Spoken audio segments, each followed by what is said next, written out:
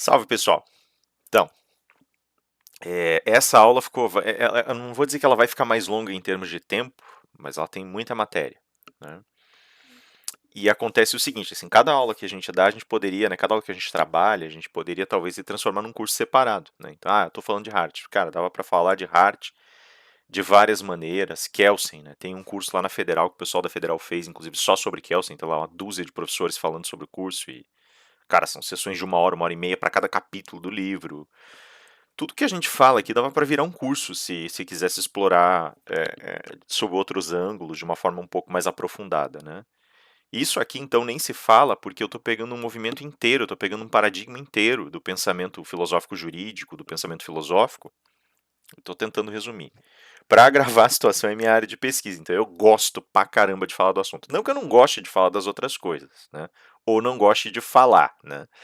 Mas isso aqui para mim tem um lugar muito especial, então eu gosto de refletir nessas coisas, eu gosto de ficar especulando, e daí o discurso muda um pouco, ele não é mais tão direto, né? Ele acaba não ficando tão explicativo. Então eu tenho uma surpresa para vocês, né? Vocês já estão pensando, coçando a cabeça, falando, meu Deus do céu, ele vai ficar menos linear ainda. Não, calma, né? Eu fiz para vocês aqui todos os conceitinhos que eu preciso trabalhar escritos em slide. Eu vou passar esses slides, evidentemente, para vocês, tá? Assim que eu terminar. Então eu não vou. Isso aqui serve de alguma maneira para me ancorar, para que eu também não fique viajando demais, como é minha tendência pessoal. Dito isso, eu vou começar de uma vez, porque a gente tem bastante matéria para vencer, tá? Eu separei 3 blocos autorais para trabalhar nessa aula. Eles são preparatórios do Alex, que é o último autor que a gente vai ver. E aí eu vou deixar isso aqui para vocês analisarem, para vocês estudarem com algumas reflexões, com algumas perspectivas, né? Pessoalmente, eu acho que as melhores explicações teóricas do direito se encontram aqui, ainda que nem todas elas sejam boas, a meu ver, tá? Por exemplo, o povo gosta muito do Habermas nesse movimento. Eu não sou fã do Habermas. Eu acho que o Habermas ele tem explicações excelentes para um universo muito específico, não para o nosso, né? Eu prefiro trabalhar com outras leituras autorais. Mas isso vai de cada um, né? Se é que vocês vão ter interesse em trabalhar com essas leituras autorais, né? Então, o que eu vou tentar fazer na realidade é apresentar os movimentos e dar para vocês ferramentas de trabalho, né? De modo que vocês possam desfrutar disso de uma forma melhor. Então, vamos lá. Vamos começar então discutindo um pouquinho da história do pensamento. Isso aqui já vai servir também para o pensamento filosófico e jurídico que vocês vão ter lá no próximo semestre, porque de alguma maneira essa leitura do paradigma ela acaba sendo instruída para a história do pensamento humanista e para a história da ciência de uma forma geral, né?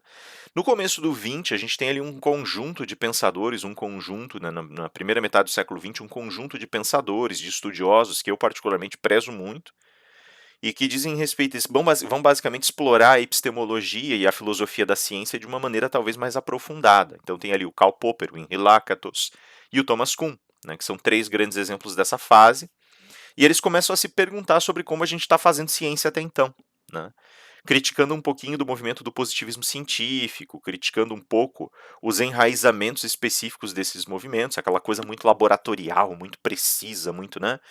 E aí, cada um deles aparece ali, surge com uma solução distinta para o problema da produção da ciência. E o Thomas Kuhn tem uma solução muito interessante. Na realidade, cara, eu leio Thomas Kuhn, pelo menos, eu sinto uma batida assim. É lógico, ele é muito sério na reflexão dele, mas existe um cinismo muito forte na leitura que ele faz da ciência. A gente estava acostumado até então a pensar que a produção científica ela era evolutiva, que ela ia sendo constituída, que ela ia sendo construída, e a gente ia melhorando, aumentando, incrementando princípios, vencendo teorias arcaicas, colocando teorias novas, e a ciência vinha nessa toada evolutiva, e a gente sempre achava a melhor saída, e a melhor saída se disseminava para todo mundo, e se universalizava, e tinha essa coisa da gente estar em constante comunicação no universo da produção científica, fosse qual fosse. E o Kuhn ele subverte esse princípio, ele começa a entender essa questão de uma forma um pouquinho diferente, né? E ele vai escrever sobre o conhecimento científico, e quando ele começa a trabalhar nesse âmbito, ele começa a entender que nem sempre as grandes transformações científicas acontecem do jeito que a gente pensa, né? Não é um grande pensador com princípios mirabolantes e uma estruturação de ciência, uma perspectiva pronta, de repente surgindo do nada, um gênio, né? Como diz o conceito de realteridade deleuziana, né? Que também não é tão simples assim, né? Mas não é aquela coisa que Spock uma vez na vida, outra na morte. O sujeito ele é sempre um produto, como a própria realteridade vai falar, de uma longa história, de um longo universo de fenômenos produtivos da ciência.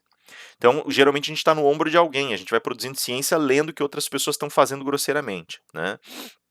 E o Thomas Kuhn, ele vai dizer assim, olha, na verdade o que a gente tem é uma história de construção de vários argumentos científicos. E a gente vai vendo grandes transformações. Aquilo que a gente chama de um golpe de genialidade transformadora na ciência, nada mais é do que a virada de um paradigma científico para outro. Ou seja, a gente tem um jeito de fazer ciência, um jeito de olhar o mundo, e aí, de repente, né, esse de repente não é tão de repente assim, mas de repente a gente enxerga, a gente vê uma pessoa, um grupo de pessoas que surgem com ideias novas. Né? Tem uma perspectiva, um olhar diferente sobre o mundo e de repente acontece essa explosão e a ciência vira. E agora a gente começa a produzir sob outra perspectiva. Isso é o que nós chamamos de paradigma. Então ele diz ali, ó, o conceito de paradigma é apresentado por Thomas Kuhn, né, por Kuhn, em seu tratamento da história do pensamento científico. Então ele vai dizer para nós exatamente isso. Né? Existe uma estruturação de estágios de pensamento ao redor de princípios que são definidores de cada estágio. Né? Então eu posso, por exemplo, olhar e pensar assim, ah não, é evidente, né? Por exemplo, a gente vai pegar a astronomia, é evidente que todas as coisas giram ao redor da Terra, né? Todos os corpos celestes giram ao redor da Terra, até que a gente vai encontrar a virada copernicana, ou virada de Copérnico, que diz, não, na verdade, esse corpo celeste chamado Terra gira ao redor do Sol. E essa nova perspectiva faz com que os cálculos sejam refeitos, com que novos olhares apareçam no sentido específico da harmonia entre os corpos celestes, do movimento. E aí a gente vai vendo esse desenvolvimento, né, se reproduzindo, se enriquecendo e assim por diante. Né? Então, a gente tinha um princípio definidor, tudo gira ao redor da Terra. E aí, aspas, de repente, nós passamos a ter um novo olhar. Por que esse de repente não é tão de repente? Essa é uma pergunta importante de se fazer. Né? O que acontece é que um paradigma, quando ele é construído, quando uma perspectiva de vida, de mundo é implantada, muitas pessoas vão somar essa perspectiva e vão começar a produzir argumentos. Vocês vejam aí, por exemplo, vocês querem ver um exemplo simples? Peguem, por exemplo, a nossa mentalidade hoje sobre psicologia comportamental, moralidade, ética. Cara, a gente acrescenta um monte de elementos pitorescos, pontuais do discurso, do comportamento, da moralidade, da ética, a gente faz isso crescer, a gente enriquece, repetindo princípios que a gente acha importantes, né? Repensando pedacinhos desses princípios, mas a gente ainda tem uma compreensão ética, moral, comportamental que é universal. Aspas aqui, tá? Esse universal é um pouco perigoso, nós já vamos voltar a esse assunto, tá? E aí a gente tem, nesse sentido, nesse espírito, todo esse jogo de conexões que, a rigor, estão enriquecendo o corpo do princípio que está colocado lá atrás para nós. Né? As mudanças paradigmáticas elas vão aparecendo na medida em que esses argumentos vão gradualmente se transformando aqui no ponto, né, nessa marginalidade, e vão se afastando do paradigma original, até chegar um ponto em que um desses argumentos rompe, e aí ele não é mais coerente com esse princípio, e daí todo mundo fica coçando a cabeça. Né? Você tem duas posturas quando um argumento, perdão, rompe com o princípio diretor. Das duas, uma, ou você descarta como não científico, ou você começa a trabalhar ao redor daquele argumento para entender de onde ele vem. E aos poucos ele vai engordando, né, digamos assim, criando massa crítica, até a emergência de um princípio que estava por trás desse novo argumento. E aí acontece a virada paradigmática. Tá? O Kuhn ele é um pouco cético quando ele vai falar dessas questões. E nisso ele é muito sincero e eu gosto muito dele nesse ponto, principalmente. Porque ele diz assim, na realidade, a produção científica, o Burke está nessa mesma batida, as Briggs, fala, a produção científica ela não é tanto sobre a seriedade, sobre a proximidade das nossas explicações em relação à verdade. Ela às vezes é muito mais sobre a nossa capacidade de divulgação do que pensamos. Então, às vezes, esse argumento marginal ele vai ser refutado como besteira, ele vai ser descartado como besteira, porque ele não é o argumento da moda. Falando, por exemplo, sobre o campo moral, né? O pensamento germânico do século XIX, ele lia Hegel como se Hegel fosse o papa da ética e da moral. Né? E Hegel era Hegel para cima, Hegel para baixo, Hegel para tudo. Schopenhauer era um sujeito que discordava frontalmente do Hegel e ainda alfinetava nas coisas que escrevia o Hegel. Né? Ele escreve um texto chamado Sobre os Fundamentos da Moral. Ele apresenta para uma competição, se não me engano, em 1857, na Academia Real de Ciências. E ele abre o texto dizendo, tem uns filósofos por aí, uns pensadores por aí, que ficam dizendo que a moralidade funciona nesse sistema dialético, isso é bobagem. E aí ele começa a repensar o assunto para falar que a base da moralidade está na compaixão. Grosseirissimamente, tem um monte de outras complexidades aí, né? Ele discorda e o texto dele perde a competição por discordar de Hegel. O que acontece? Ele levantou um argumento. né? Esse argumento está fora do eixo principiológico e paradigmático que o Hegel defende. Ele está saindo, ele está se caminhando para longe. Ele está saindo daquele paradigma hegeliano e está entrando num paradigma que é muito mais próximo do Nietzsche, muito mais próximo dos existencialistas, né? Ele saiu do eixo, ele saiu desse conector, ele foi buscar outras coisas, outras paragens. Está mais próximo da hermenêutica. A gente já vai ver como e por quê, né? E esse rompimento ele não foi bem visto na época. Então falaram, olha, isso aí é bobagem, descartaram, né? Por quê? Porque o Schopenhauer não era um cara, ele só vai começar a trabalhar na academia lá em idade avançada, ele vai ser reconhecido já mais velho, né? Por conta dessa briga toda. Então o paradigma ele se blindou. Existia uma divulgação hegeliana ali, o povo era hegeliano e resistiu. Vai pegar o Heidegger, por exemplo. Quando o Heidegger começou a dar aula, ele começou a dar aula como assistente do Husserl, né? do Edmund Husserl. E lá pelas tantas ele começou a desenvolver um pensamento independente, então aparecia o povo nas universidades, aparecia o povo em outras universidades distantes de onde ele trabalhava, Heidelberg, né? E aí aparecia o povo lá falando, disse que o Cassirer foi dar uma palestra uma vez, e um cara fez uma pergunta assim, uma pergunta com toda aquela linguagem heideggeriana, hermética, né, amarrada. E aí diz que um outro palestrante pergunta pro Cassirer assim, o que é isso aí? Daí o Cassirer fala, isso é um espírito heideggeriano que já se espalha por nossas universidades. Ou seja, o Heidegger foi aceito. Por quê? Né? Porque soube divulgar, porque tinha um outro tipo de acesso, essa elegância da apresentação do pensamento, a propaganda do pensamento e a propagação do pensamento fazem diferença. E o Kuhn é muito sincero a dizer isso. Ele fala, olha, muitas vezes o pensamento que impera não é o melhor, é simplesmente o mais divulgado ou o mais conhecido. Então a gente precisa tomar muito cuidado com isso. Né? Aliás, cada pérola que se descobre entre pensadores menos conhecidos. Né? Tem uma delícia toda em você procurar pensadores menos conhecidos e descobrir as coisas que eles andam fazendo. Né? Enfim. Então aí você tem toda uma armação. Você tem um princípio, ao redor desse princípio você gera argumentos, eles blindam o princípio. Tem uns que começam a escapar porque já estão anunciando um novo princípio. Se é aceito ou não, depende da divulgação. Né? Composição externa de um paradigma depende, portanto, de argumentos que a gente chama de argumentos marginais, né, a partir da teoria do Kuhn, que defenderia o princípio definidor em questão. E aí uma superação paradigmática, quer dizer, essa virada de paradigma acontece quando argumentos marginais levantados se tornam suficientes para sustentar a emergência de um novo princípio, né? Como por exemplo a virada copernicana. A gente tem viradas copernicanas, aspas, também na filosofia e no direito, tá? A gente já vai ver como é que elas funcionam. E aí nós chegamos aos paradigmas, essa segunda parte dos paradigmas filosóficos, tá?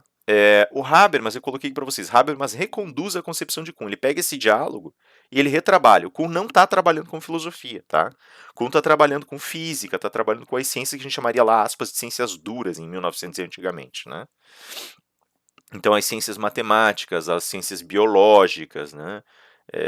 Física, química e assim por diante, né? Elas têm, assim, ele estava trabalhando com essas ideias, que na realidade tem um sedimento que é mais, ele gera um canal de diálogo que é mais fechado no sentido dos seus círculos, mas é mais fácil dentro desses círculos. O Habermas pega isso e reconduz para a filosofia, né? Eu costumava brincar, né? Se vocês quiserem olhar isso com mais cuidado, está no Pensamento Pós-Filosófico, na edição da Perspectiva, segunda edição, página, se não me engano, página 127. Eu acho que ainda lembro.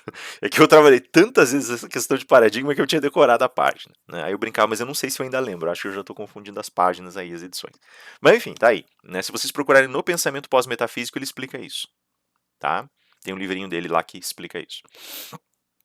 E aí, bem, o que ele faz? Ele reconduz essa concepção mostrando que o pensamento filosófico também atravessa estágios paradigmáticos atendendo as mesmas ordens de funcionamento. Isso é um colchete ali a mais, eu acho, não? Saiu.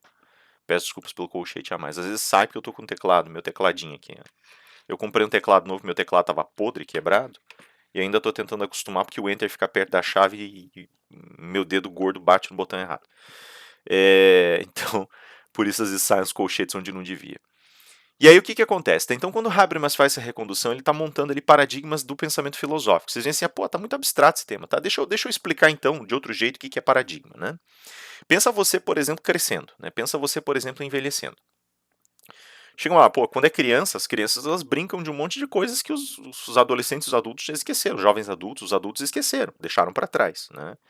Então tá lá, por exemplo, né, com brincadeiras que são divertidas na infância e de repente já não é mais. Por quê? Existe ali uma mudança de paradigma? Sim, existe um amadurecimento, uma mudança comportamental, mas também uma mudança de paradigma. Os teus princípios passam a ser diferentes, né?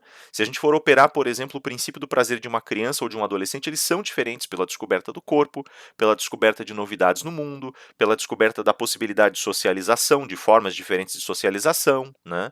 As coisas vão mudando, né? Nós vamos querendo desafios maiores, nós vamos querendo o alargamento das nossas vidas, né? Os interesses se transformam, né? Você pensa, por exemplo, isso é interessantíssimo, né? Você vê pessoas, os jovens adultos como vocês, têm certamente muitos interesses e sonhos para a carreira, expectativas profissionais, de vida e tal, né? Quando você vai envelhecendo, por exemplo, você chega na minha idade, as suas expectativas elas mudam um pouco, não é que você pare de sonhar, mas você começa a assumir outras posturas e responsabilidades que giram um pouco as tuas prioridades. Então, por exemplo, uma pessoa, né, na idade de vocês com 18, 19, 20 anos, certamente está sonhando com as novidades da vida. Eu, por exemplo, na minha idade, não deixei de sonhar com elas, mas hoje eu priorizo os cuidados que eu tenho que ter com a minha família, por exemplo, né? Afinal das contas, eu assumi um papel e tenho essa responsabilidade agora. Não que vocês não tenham responsabilidades com suas famílias, mas a rede de apoio de vocês certamente é diferente da rede de apoio que vai ficando quando você tem lá 40, 50, 60 anos. Percebe? Existe uma mudança de paradigma aqui. Né? E ela é causada por essas inflexões temporais. Ó, outra mudança de paradigma, né? Você gosta de um estilo de música, descobre um novo, né? Ou você tem gostos culturais, descobre outros novos, né? Ou você alimentos, né? Você tem um gosto para alimentação, de repente você descobre outros sabores, sabores novos. Pronto, é uma mudança de paradigma. São mudanças de paradigma, né? De certa maneira, mudanças de paradigma. Claro que aqui a gente está falando do terreno racional, né? E aí a gente pode falar também de mudanças de paradigma em sentido filosófico. Pensa, por exemplo, aqui, né? Paradigmas filosóficos podem ser divididos inicialmente em três grandes blocos, e eu coloquei aqui um quarto bloco, né?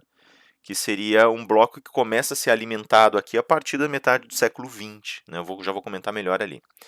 Mas, assim, não existe só uma classificação de paradigmas para a filosofia, tem duas, três, quatro, tem várias, na verdade. Eu peguei aqui duas e colei uma na outra, só para vocês terem uma ideia geral, né?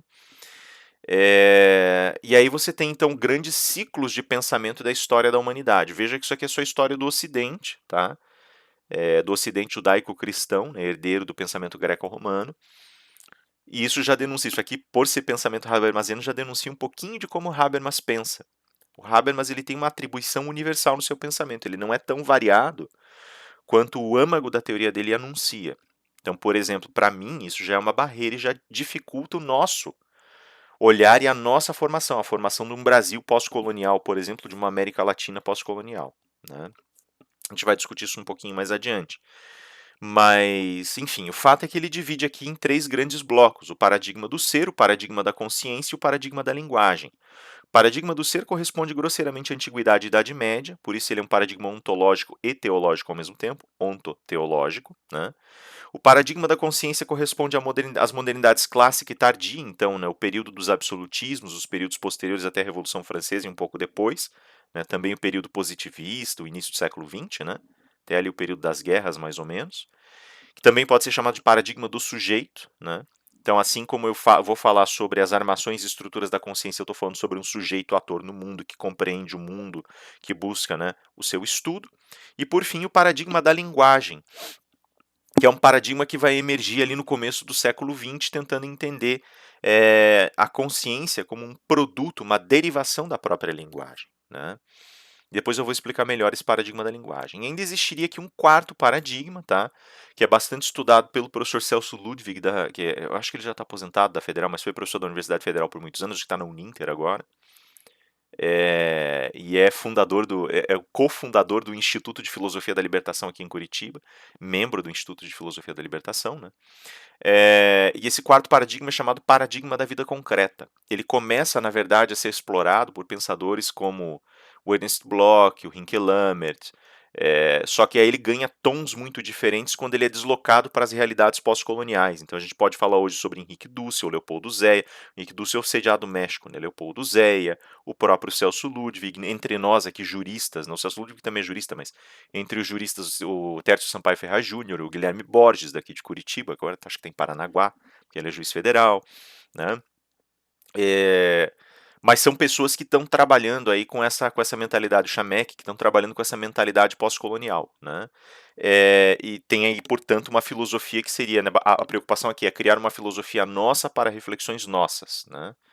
E por isso vida concreta, porque ela é uma filosofia que não parte de princípios racionais, mas parte a rigor das noções e necessidades primordiais que um ser humano tem. Então parte, por exemplo, da noção de que o ser humano tem fome, tem frio, necessita de elementos para sua sobrevivência, né? Tem ela é uma virada que aproveita muito o pensamento marxiano e marxista, né? E ela reconstrói esse pensamento dizendo, ainda assim ele é um pensamento eurocêntrico, e de fato os defeitos que ela encontra na possibilidade de edificação do pensamento eurocêntrico são vastos, né? E aí o que acontece? São muito numerosos. O que acontece nesse sentido? Né? Cada um desses paradigmas tem uma nota central. Né? Então, por exemplo, o paradigma do ser diz: todas as coisas derivam de uma essência, e descobrir essa essência é a tarefa do pensador. Né? É a tarefa de todas as ciências, aliás, em suas várias modalidades. Né? Cada qual vai tentar revelar uma dimensão específica dessa essência. O paradigma da consciência diz: nós precisamos, na realidade, compreender como compreendemos as coisas. Tudo reside na compreensão. Então, primeiro a essência da coisa, depois a compreensão, que é humana. E como agimos em nome e o que fazemos para alcançar essa compreensão. Paradigma da linguagem não é nem a essência das coisas, nem como compreendemos, mas como nós significamos essas coisas, como nós falamos delas. Tá? Isso é o horizonte do nosso universo. Você vai dizer assim, tá, mas cara, se eu olhar para uma coisa que está diante de mim, não tem linguagem entre a coisa e eu. Tem. E aí que está a grande questão. Porque para eu compreender a coisa, para eu compreender um objeto, eu tenho que ter uma linguagem de acesso. E eu crio essa linguagem de acesso. Né? Junto com a minha relação com o objeto, enfim. Depois a gente vai falar disso. E o paradigma da vida concreta, né? Não é nem sobre a ciência das coisas, nem sobre como as compreendo, nem como comunico essas coisas, ou falo dessas coisas, mas sobre como vivo entre elas. Percebem? Então são esses 4 grandes paradigmas. Esse quarto, ele é muito sediço, tem gente que fala que não é filosofia. Eu discordo. É uma forma de filosofia, eu vejo. Tá? E forte, muito sólida. Claro, né, ela não é a filosofia tradicional, ela é uma virada paradigmática muito forte. Né? E ela já tem filhotes muito diferentes em cada canto do mundo. Então aqui, por exemplo, Leopoldo Zé e o Ludwig, depois o Dussel, né, num espírito um pouco mais lógico, né, quase nortista, né, por conta do contato que ele tem lá justamente da produção mexicana. Aí você vai ter, por exemplo, aquele Mbembe, que vai trabalhar com uma batida que é pós-agambeniana, né, digamos assim, e que tem traços ainda Foucaultianos, mas que está trabalhando com a realidade dos povos africanos, tanto quanto é, é capaz, tanto quanto se capacita. Então você começa a ter filosofias muito distintas. A característica, a atribuição da filosofia pós-colonial é essa. É entender que existe um traço do fenômeno colonial que foi legado para os movimentos pós-coloniais, mas que não existe universalidade nesse processo de pensamento, porque cada pós-colonialismo é particular. Uma outra, cara, isso dá outro curso, né? Isso dá um outro curso, belíssimo por sinal. Vocês vão depois ter contato com um amigo muito querido também, né? Que trabalha mais especificamente com isso a partir do ângulo do direito penal. A gente está tentando cozinhar algumas ideias aí com relação a isso também. Eu preciso voltar a falar com ele, inclusive, sobre isso, né? Enfim, né? Eu vou ficar aqui virando a telinha para a gente poder, né, ler os slides. Paradigmas e a ciência do direito. Então agora a gente tem 3 paradigmas: ser, consciência e linguagem. Eu vou tirar o quarto por enquanto e vou deixar de lado. Vou reservar para momentos especiais. Tá? A ciência do direito se comunica com o paradigma do ser através da teoria da justiça, da ética e da filosofia moral. Eles falam assim, pô, teoria da justiça, direito natural para nós. No próximo semestre, em pensamento jurídico e filosófico, vocês vão ver toda a riqueza de teorias da justiça, notadamente aquelas que existem a partir da modernidade. Então tem muita discussão e muito chão para rolar aí. Tá? E por que a teoria da justiça? Porque se considera em linhas gerais que a essência do direito é a justiça. Isso não é necessariamente verdade, tá?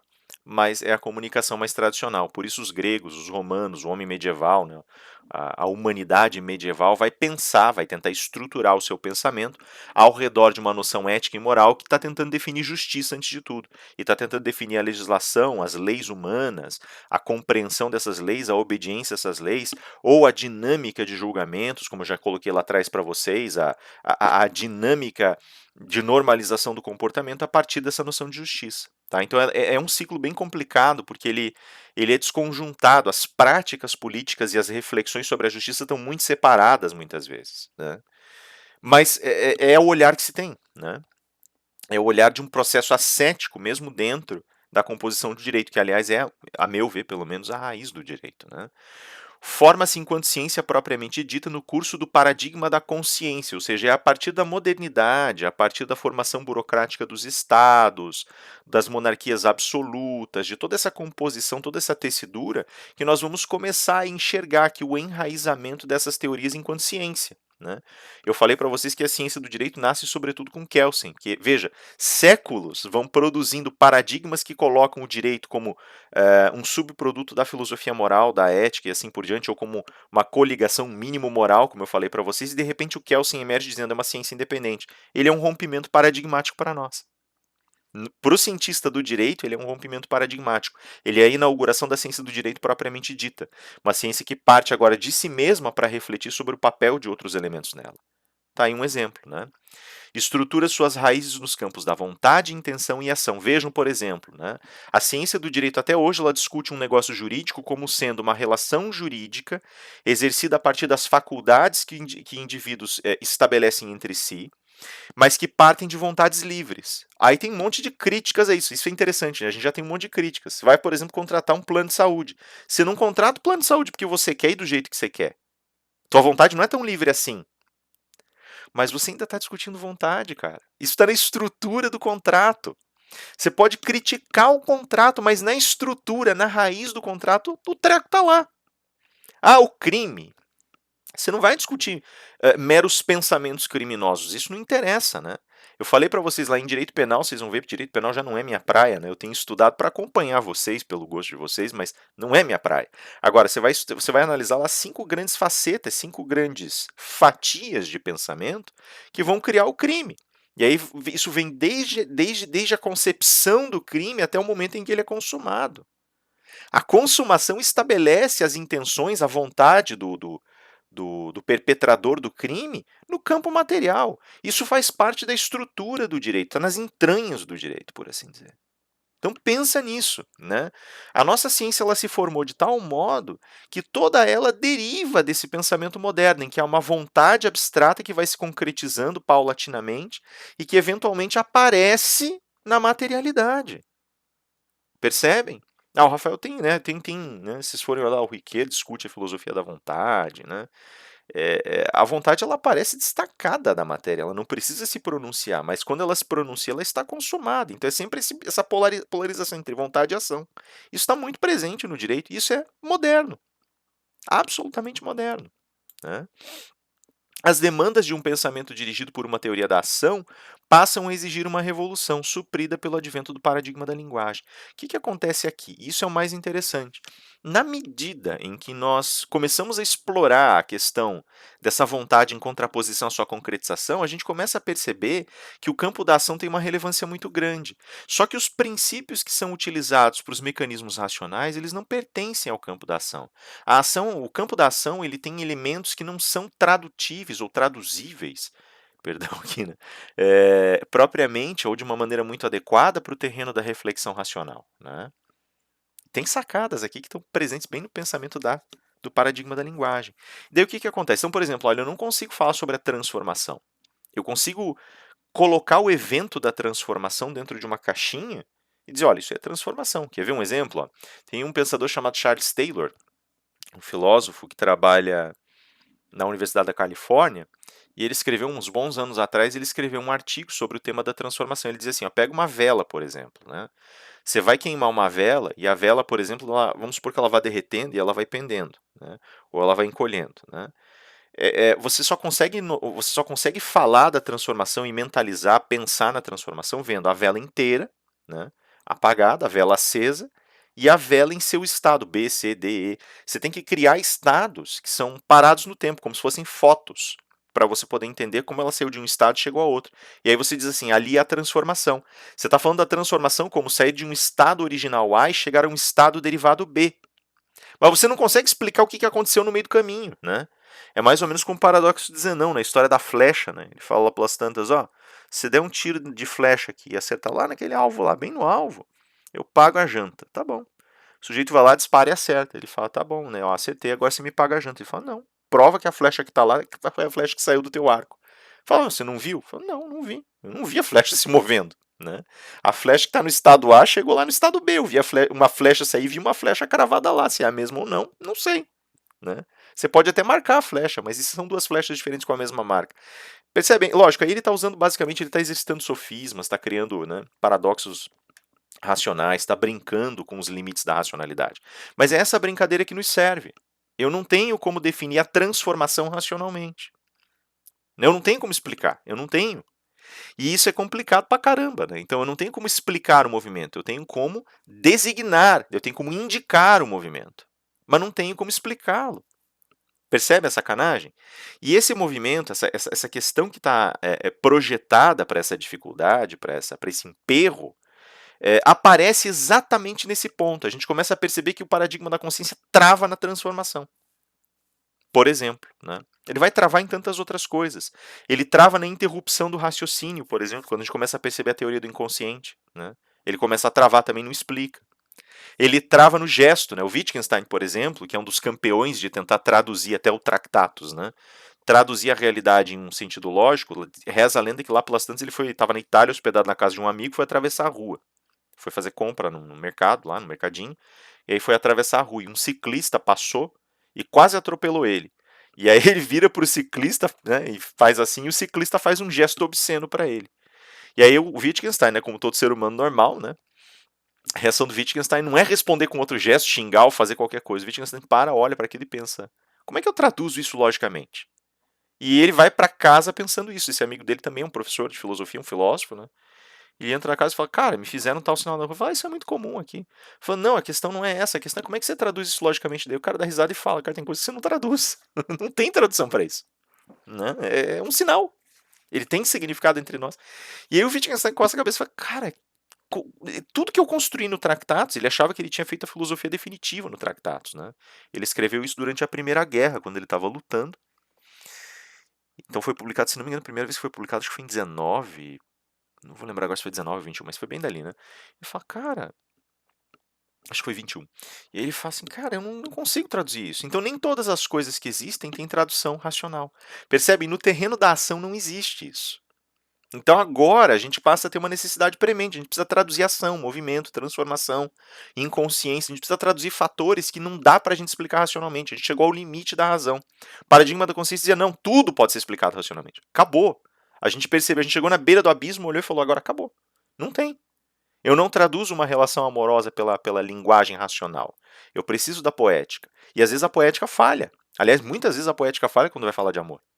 Eu não consigo traduzir racionalmente o medo, eu consigo circunscrevê-lo, estabelecer suas causas, mas entendê-lo, a angústia, a ansiedade, não dá. Né? Então todas essas questões elas começam a aparecer e agora a gente tem que lidar com elas. Daí a gente começa justamente uma das fases mais vibrantes da produção do pensamento, que é essa fase da primeira metade do século XX, que vai começar a tentar encontrar saídas. E uma dessas saídas é o paradigma da linguagem, que deriva da virada linguística ou linguistic turn. Né? E aí nós temos todo um elenco de elementos que são visíveis nesse linguistic turn. Então, a virada linguística, primeiro, ela encontra suas bases no pensamento linguístico moderno de Saussure, que é um pensamento do século XVIII. Tá? O Saussure, ele, na realidade, ele retoma muita coisa que foi produzida muito antes dele. Então, que vai ser produzida desde Estilpão, Aristóteles, Platão, lá na Grécia Antiga, vai passar pelos grandes oradores e retóricos de Roma, Cícero, vai passar pelos estoicos também, né? Mas principalmente ali Cícero, Quintiliano, vai passar pelos pensadores da lógica medieval, Pedro Abelardo, vai passar por, né, Boécio, vai passar por, enfim, né, vai passar na modernidade por Hobbes, vai passar ali também no fim da Idade Média pelos nominalistas, vai passar de certa maneira pelos escolásticos, enfim, tem pensamento linguístico para tudo que é jeito, para tudo que é gosto, de tudo, né? Desde Roger Bacon até Rousseau, né, na sua teoria da escritura, enfim, tem um monte de gente aí que vai trabalhar com essas noções, vai tentar pensar a linguagem em suas várias formas, em seus vários modelos. Leibniz, né, que vai partir da matemática, mas vai também revisitar esses elementos. O próprio Kant em determinada medida. E aí chega o Saussure e vai falar assim: olha, na verdade, a questão central é que a linguagem, a gente tem que entender que existe uma operacionalidade separada na linguagem. A linguagem, ela você não pode misturar os canais, você vai ter que fazer algumas dissociações, você vai ter que separar ela é dual, a linguagem ela tem uma natureza dual, ou seja, ela vai se dividindo em dois sempre, né? Então, por exemplo, eu tenho aspectos físicos da linguagem e aspectos significantes da linguagem. Explicar como a linguagem pode ser produzida foneticamente pelo aparelho, pelo aparato fonador, mostra os seus limites de significação. Então, até onde eu consigo torcer meu aparato fonador para criar sons distintos, mas não explica o porquê que certos sons significam certas coisas, né? Ó, tem uma coisa que eu acho mais velha que andar para frente. A pessoa fala assim: ah, a linguagem é relativa, né? Se eu quero chamar um sofá de cadeira, pronto, agora é cadeira. Não é bem assim que funciona, né? Mas o que a pessoa está querendo dizer quando ela fala isso é: não existe uma ligação natural entre o termo sofá e o objeto que está diante de mim, tá? Só que tem que cuidar. Essa é uma observação, pelo amor de Deus, cuidado com essas observações porque elas são genéricas demais, tá, pessoal?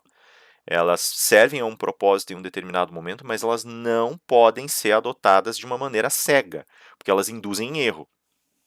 Tá? No âmbito da filosofia da linguagem, elas induzem em erro.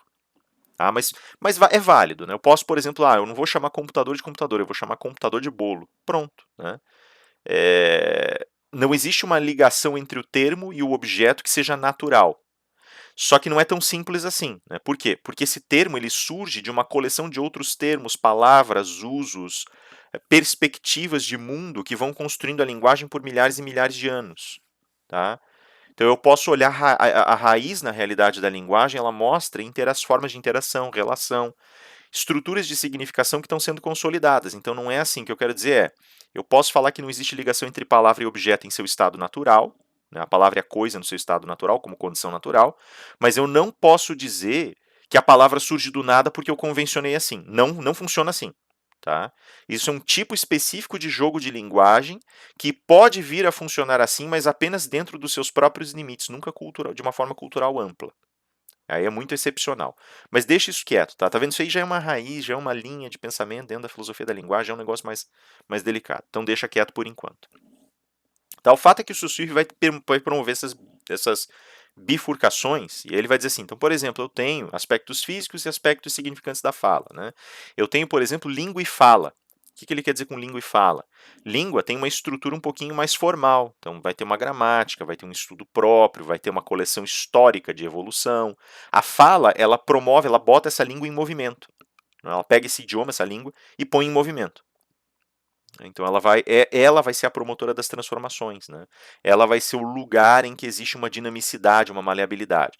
Veja que essas dicotomias no Saussure, assim, se a gente for olhar o curso de linguística geral dele, elas não estão claramente definidas desse jeito. Eu estou fazendo um resumo muito rascunho aqui, porque não é dele que eu quero falar. Mas as divisões são mais complicadas, ele tem algumas, né? Ele é mais complexo, o pensamento dele é mais elegante do que isso, tá? Lá pelas tantas ele chega ao ponto em que ele diz assim, olha, a linguagem ela tem estruturas físicas, né? E processos de significação. E esses processos de significação são o que nos importa dentro de um olhar de linguagem para a linguagem. Esse olhar de linguagem para a linguagem nós vamos chamar de linguística. E aí ele começa a estudar esse ramo específico que vai trabalhar processos de significação de vários jeitos diferentes. Né? É, basicamente é isso, é o olhar da linguagem sobre a própria linguagem. Né? Quer dizer, destacar a linguagem de todos os seus outros fenômenos de construção física, as acoplagens da linguagem a objetos ou ideias ou coisas reais, e estudar a linguagem só pela linguagem, né? Só pelos seus mecanismos operacionais. E aí, esse olhar, ele planta uma sementinha, que é o fato da gente pensar assim, poxa, será que eu não tem coisas que são absolutamente influenciadas pelo jeito que eu as digo? Talvez até definidas pelo jeito que eu as digo? E aí eu posso dar um passo além e dizer assim, será que tem alguma coisa que não seja absolutamente estabelecida pela própria linguagem antes de ser o que é? Porque eu só acesso as coisas pela linguagem mesmo. Né? Esses dias, por exemplo, aí a gente estava conversando e alguém falou assim, estava me perguntando sobre as leituras, se eu já li esse monte de livro aqui ou não e tal. E aí tem esses livrinhos aqui, deixa eu ver se eu consigo. Aí. Tem uma fila laranja de livros lá, né? Que é de uma coleção antiga da Martins Fontes. E falaram, aquela fila laranja lá, ó. Isso é uma linguagem. Perceba, eu não saberia a que livros a pessoa estava se referindo. Opa. Se a pessoa não falasse aqueles livros alaranjados lá de baixo. A cor é um elemento de linguagem, ela tem atribuições indexais, ela está indicando quais livros, né? O tamanho tem qualidades indexais. Os livrinhos com aquela lombada branca e preta embaixo e em cima, né? Provavelmente vocês estão vendo tons de cinza. Ou aqueles que têm caixinhas coloridas no meio do branco, ou os azuis, ou os de lombada preta, né? E assim vai, né? Tudo é linguagem. São linguagens, né? Então a gente começa a entender agora que a revolução linguística ela vai mais longe do que foi pretendido inicialmente pelos pensadores que geriram essa virada, essa revolução na raiz, né? Apresenta uma diversidade de linhas de pensamento, e aí começa um problema, porque cada pessoa, cada grupo vai olhar para a questão da linguagem de um jeito muito diferente, tá? Que vão da filosofia analítica da linguagem na Grã-Bretanha ao pensamento pós-metafísico do Círculo de Viena. Então aqui eu estou dando exemplos de escolas, tá? Eu não vou ter tempo de falar de todas elas, isso aqui vai longe pra caramba. Quando me ensinaram isso, demoraram 2 semanas para me ensinar. Pra vocês terem ideia, né? O professor que me ensinou demorou 2 semanas para me ensinar. Porque ele fez todo um mapa, assim, cara, encheu 2 quadros, assim, se não me engano, 1 ou 2 quadros ele encheu para explicar isso aqui. Porque é muita gente, é muito movimento. Então eu não vou entrar nesses detalhes todos, tá? Eu só vou comentar aqui por cima, tá? Então, o que é. Veja, a filosofia analítica da linguagem na Grã-Bretanha ela é filhote da matemática. Os pensadores que começaram a gerir isso aí na Grã-Bretanha eram pensadores da matemática, da filosofia da matemática. Então, por exemplo, Russell, né? E aí eles vão começar, Whitehead, eles vão começar a trabalhar com lógica da matemática em linguagem, tentando entender por que tem tanta coisa que é diferente entre uma e outra. Então, por que na linguagem cursiva eu posso usar duplo negativo? Então, eu não vi nada, por exemplo. Isso é válido. Mas na matemática, duplo negativo dá positivo. O que acontece aí, né? Como é que eu poderia aproximar os dois universos, talvez? E será que aplicar essa lógica da matemática na linguagem não ajuda? E eles descobrem que ajuda, né? Eles descobrem que faz sentido. Mas ao mesmo tempo você não pode forçar essa lógica na linguagem natural, isso não faz sentido, né? Então é descobrir um pouco por que existe essa distância entre a linguagem natural e o fundamento lógico da linguagem, como a gente opera mesmo com essas forças equívocas, né, de muitas vozes, a lógica que está por trás da linguagem, como a gente se faz compreender, compreende os outros, porque não compreende, quais os limites de significação da linguagem, né? E como isso afeta a produção do pensamento. Então, aí, ó, ver isso é o ponto central da virada linguística. Não é a cognição que se constrói, o pensamento que se constrói para ser traduzido em linguagem. Ele é linguagem, especialmente segundo os gregos, né? Logos. Né? O logos é um jeito de pensar antes de ser linguagem racional. Então, a linguagem, esses equívocos de linguagem, eles podem gerar problemas também cognitivos. Né? O Wittgenstein vai chamar isso de teoria do erro de linguagem. Ele vai dizer existem erros de linguagem que são gerados porque a gente fala as coisas de um jeito que não é para falar, naturalmente. Né? E aí a gente se confunde. Então, dizer, por exemplo, que minha mente pensa pensamentos. Não, tua mente não pensa porcaria nenhuma. Né? Mente é um indexal ilusório, por sinal. Meus pensamentos estão dentro da minha mente. Não, senhor. Não estão. Não, senhora. Não estão. Né? A mente é uma soma de processos operacionais. A mente ela existe como repositório de processos operacionais, mas ela não é um continente. Tanto que um pensamento que eu penso pode também ser pensado por outras pessoas, do mesmo jeito, inclusive. Né? O pensamento tem existência autônoma. Não vou entrar em detalhes, isso aqui está na gramática filosófica do Wittgenstein. Né? Ele vai falar lá sobre a teoria das figurações, e enfim, isso não vem ao caso. Tá? Tem o pensamento pós-metafísico do Círculo de Viena também. O Wittgenstein ele é um cara interessante porque ele inaugura linhas de pensamento na Áustria, né, e na Grã-Bretanha. Porque ele era austríaco, mas foi para a Grã-Bretanha estudar. Né? E aí ele planta uma semente lá e uma aqui. E o Círculo de Viena, que vem na esteira dele, começa, na realidade, a estudar a obra do Wittgenstein e tenta eliminar todas as reflexões que o Wittgenstein fez que possam ser consideradas metafísicas, por entender que a metafísica é inconsistente no que diz respeito à produção do pensamento, que ela só atrapalha, que ela é resultado de um erro de linguagem, que as ideias muito abstratas são resultados de erros de linguagem. Então, daí eles começaram a cortar tudo que eles achavam que era metafísica da obra do Wittgenstein e começaram a produzir outra filosofia da linguagem em cima disso de um caráter pós-metafísico, justamente, né? Passando pelo desconstrucionismo francês, que é um movimento bem posterior, né? O Foucault é uma figura exemplar e possível de uma análise do discurso em sentido desconstrucionista na França, o grande corifeu desse movimento aí me parece ser até hoje o Derrida, né? O Gilles Deleuze também tem participação, mas o Derrida trabalha muito bem com o desconstrucionismo linguístico, né? O que significa desconstrucionismo linguístico? Pegar o que a gente usa como palavra e desmontar até não sobrar significado, mostrar as inconsistências de significação, né? Por exemplo, o termo força de lei. O Derrida escreveu um livro inteiro sobre ele. E ele fala para a gente no processo de desconstrução, ele diz o seguinte: a lei ela só opera enquanto há uma força subjacente, que o jurista vai chamar lá de sanção, coerção e assim por diante. Mas no fundo é força. Se você virar a chave e olhar pela leitura do antropólogo, é só força. Então existe força de lei. E aí ele vai lá e corta o termo lei, né? Ele escreve força de lei barra o termo lei para dizer, na realidade é só força. O de lei é um acessório que disfarça a força. É uma subespécie do uso da força. Então ele basicamente escangalhou nossa ciência inteira com isso, né? Percebem? Então, assim, existem desconstrucionismos, né? Famílias de análise do discurso. A análise do discurso, ela, ao invés de pegar termos ou locuções, ela vai pegar textos inteiros, discursos inteiros, e vai começar a olhar o sentido que é dado através da repetição de certos termos ou famílias de termos, né? Então você vai, por exemplo, determinar se um discurso é de direita, é de esquerda, é libertário, é liberal, é conservador, se ele é científico ou cientificista, se ele é histórico ou historicizante, se ele é crítico, se ele não é. Isso tudo está engendrado no discurso, nos termos, se existe ali a atribuição de um ensaio, um discurso poético, ou de um discurso científico, ou de um discurso pseudocientífico. Isso tudo aparece nessa análise do discurso, né? As inclinações, tendências, mas eu posso limpar desses termos e posso dizer simplesmente, você consegue perceber as intenções de quem construiu o discurso. A gente tem hoje analistas, tem uma escola de análise do discurso na Grã-Bretanha, né, que é ancestralizada pela Martha Nussbaum, pelo Laclau, em parte pelo Vará, que também trabalhou em proximidade com eles e assim por diante. Tem escolas de análise do discurso nos Estados Unidos, tem escolas latino-americanas de análise do discurso que estão muito próximas dos semioticistas aqui, então a Lúcia Santaella, por exemplo, né? Tem profissionais excelentes na Colômbia, Buenos Aires tem grupos de estudos inteiros ali fazendo pesquisas excelentes nesse sentido. E por aí vai, tá? Não vou ficar aqui falando desses bastidores aí da produção, né, acadêmica, que não vale a pena. Mas só para vocês terem uma ideia do desenho. Teorias germânicas da argumentação, Habermas e Klaus Günther, né? Principalmente o Habermas que nos interessa aqui, e o pragmatismo linguístico norte-americano, que daí tem uma bateria de pessoas também, né?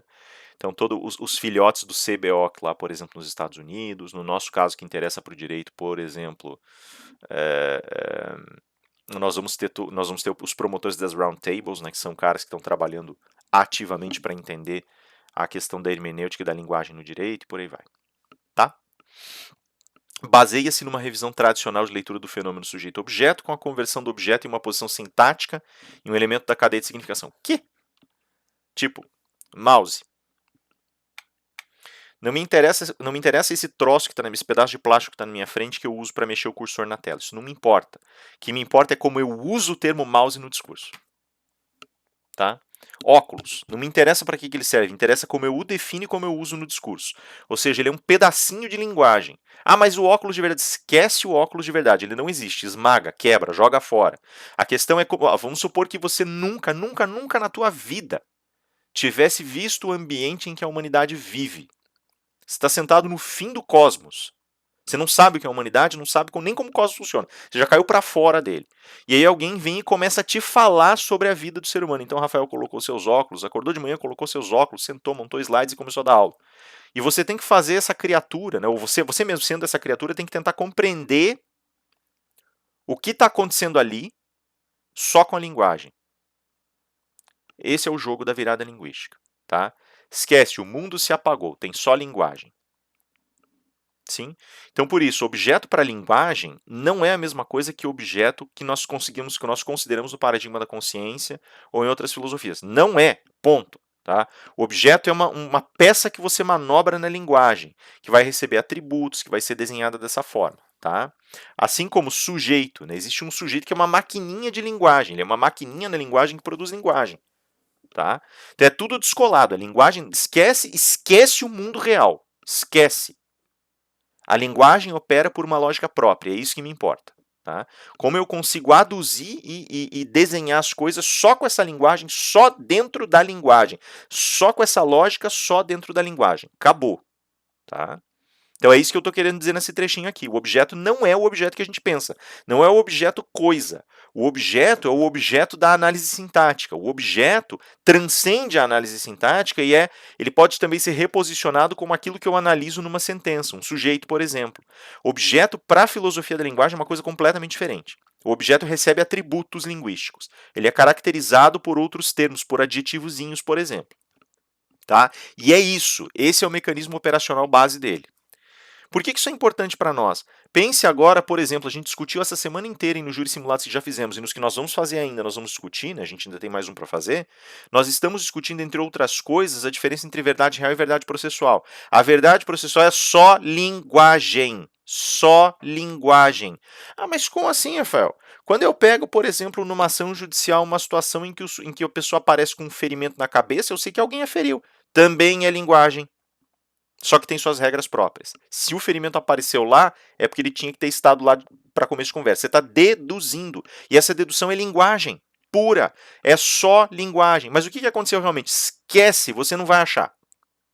Você vai. Ah, mas espera aí, agora eu peguei uma situação aqui, tem uma gravação que mostra a pessoa fazendo linguagem. Linguagem visual.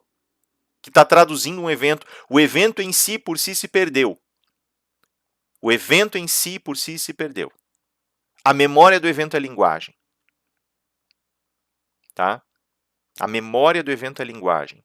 A gravação é linguagem. A narrativa é linguagem. Mas eu estava lá e eu vi. Sim, você viu. Do seu ângulo. Tá? Querem fazer o teste? Descrevam para vocês mesmos a casa de vocês, fechados aí no quarto de vocês, escritório, na sala. Agora mudem de lugar e sentem num cômodo que vocês descreveram sem ocupar antes, descrevam esse cômodo de novo, para ver se a própria descrição não muda com vocês vendo o cômodo. Tentem descrever a casa de vocês. Isso é muito interessante. Vocês olhem para a porta que está lá no fundo. É bem oportuno, inclusive, que eu tenho mudado um pouquinho o ângulo do computador aqui. Vocês podem ter uma impressão de que esse escritório é muito maior do que ele realmente é. Ou talvez menor do que ele realmente é, por conta do ângulo da câmera.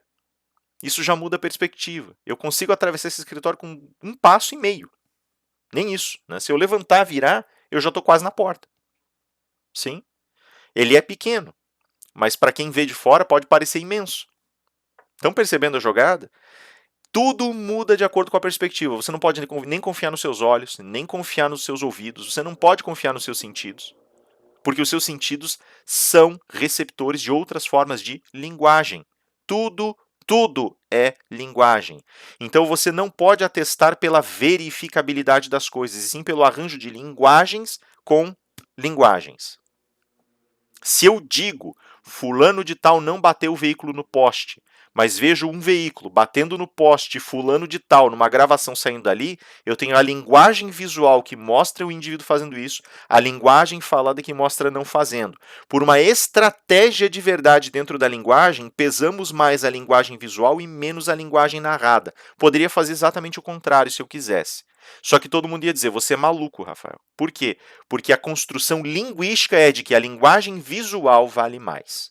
Se a imagem, no entanto, estivesse borrada e não desse para identificar o cara, iam dizer, agora você tem que levar em consideração isso com no mínimo o mesmo peso, se não mais. Perceberam? Tudo linguagem. Quando você diz isso, não prova. A prova foi viciada. Linguagem. Está acoplando um valor àquele outro pedaço de linguagem chamado prova. É isso. Essa é a parte mais difícil de explicar nessa sessão, mas é basicamente isso. Só existem linguagens. Mas eu estou te vendo agora, Rafael, eu estou te vendo na câmera. Você está vendo uma gravação que é uma linguagem visual de um sujeito que supostamente sentou diante dessa câmera e gravou essa aula enquanto falava. Então, linguagem, ele verbalizou linguagem, existe uma linguagem nas cores, na cor dos olhos, no cabelo, na cor da roupa, nas cores do cômodo. Né? Eu posso ir além, posso dizer para vocês assim, vocês só enxergam um sujeito falando porque vocês estão conseguindo dissociar cores de cores, posições de posições, profundidade, então planos de profundidade, o mais próximo do mais distante. Isso tudo são cadeias referenciais são cadeias autorreferentes, cadeias de referências, desculpe o pleonasmo, autorreferentes. É assim que a linguagem funciona, ela não pega algo de fora para se legitimar, ela por contraste se constitui. Por contraste se constitui. Tá? Por isso essa questão do sujeito-objeto, por isso essa diluição do objeto. O objeto é um contraste em relação a tantos outros dentro da linguagem, só isso. O movimento hermenêutico, conduzido desde a fenomenologia existencialista, aparece como uma alternativa controversa, né? Então, Gadamer, que foi aluno do Heidegger, né, basicamente, por isso hermenêutica filhote da fenomenologia existencialista, né?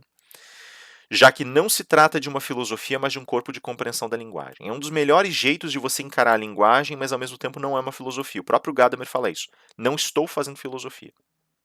E aí eu coloquei aqui, isso é só para explicar por que eu coloquei a hermenêutica aqui, tá? Ela tem um lugar aqui para a gente poder encampar essa discussão, porque ela é muito usada no direito.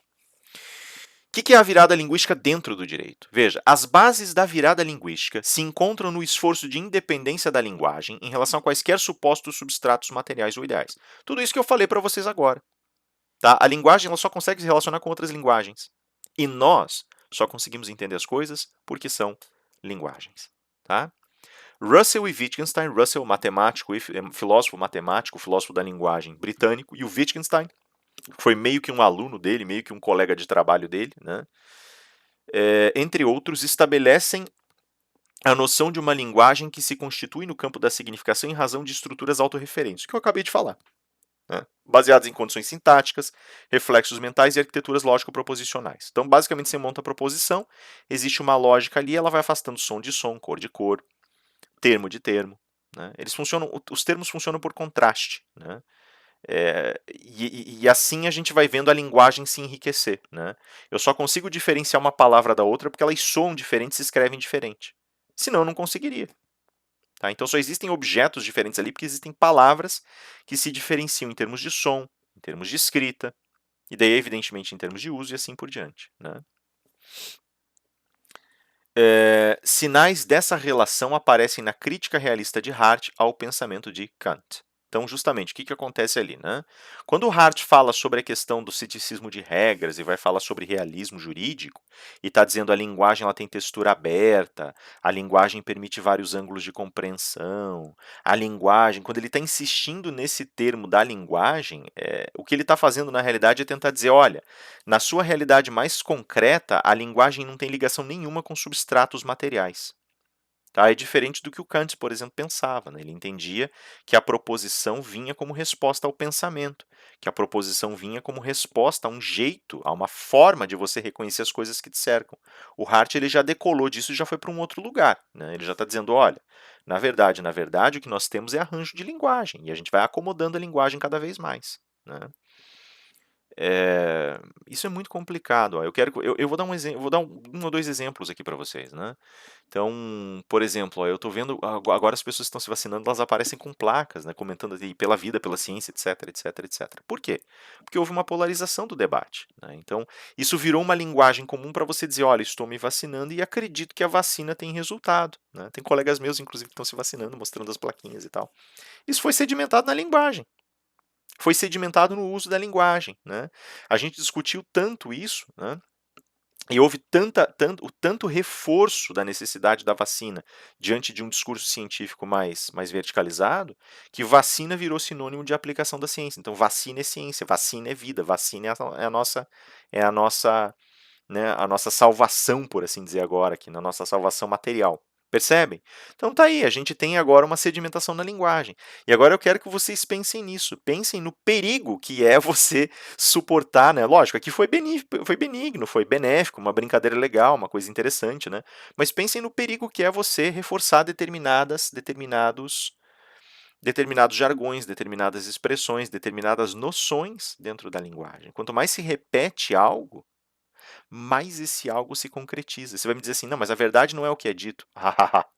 Não é o que é dito, mas quantos milhões de pessoas agem em um sentido ou outro porque isso foi sedimentado na linguagem. Ah, mas isso é incoerente, isso é absurdo, isso não é científico. Não é tão simples assim. Especialmente se você começar a explorar o discurso científico e perceber que, como nós vimos lá no Kuhn, acontece a mesma coisa. A mesma coisa. Não se iludam.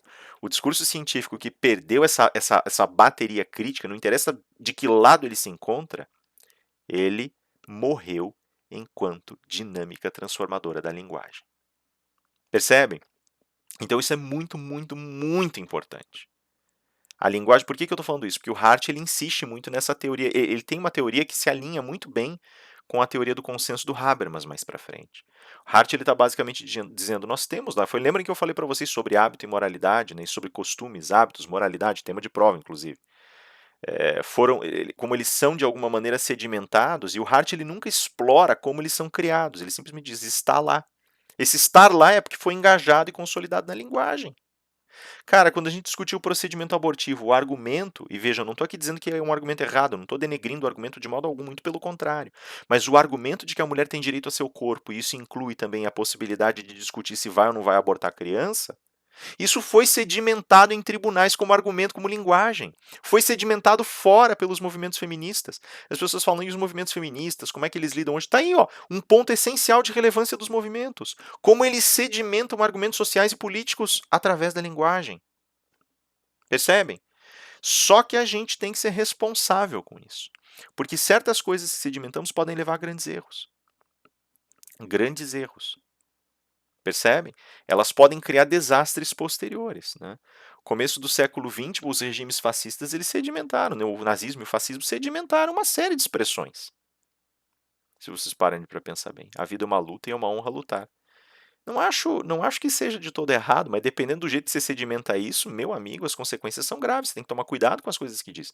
Tem sentenças que exigem explicações posteriores, porque senão são mal interpretadas depois. Percebem? Sedimentaram uma releitura de Nietzsche lá no nazismo, por exemplo, no movimento nazista, por conta da irmã do Nietzsche, e acabou virando o monstro que virou. Né? Nietzsche acabou passando a ser entendido como um filósofo do nazismo, não tem nada a ver. Né? O próprio nazismo, né, o que ele intensifica, por exemplo, né, como nós alemães fomos usurpados pelo Tratado de Versalhes, uma orientanda minha fez um trabalho maravilhoso exatamente sobre esse discurso, e exatamente sobre os sofismas presentes nele, e exatamente sobre a dimensão da linguagem. E daí, de repente, aquilo era verdade, a Alemanha dizia, são nossos inimigos. Todo alemão dizendo, são nossos inimigos. Cara, olha o que você está sedimentando na linguagem. Ah, mas existe uma relação material subjacente. Tudo linguagem. Nós criamos por linguagem. Somos criadores, co-criadores da existência por conta da linguagem. Não se iludam. Cada capa de livro aqui é uma linguagem.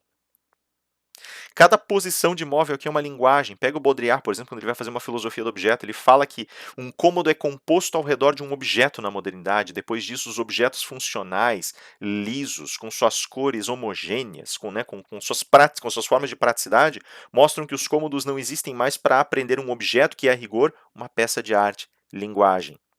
A linguagem do cômodo é a linguagem do objeto.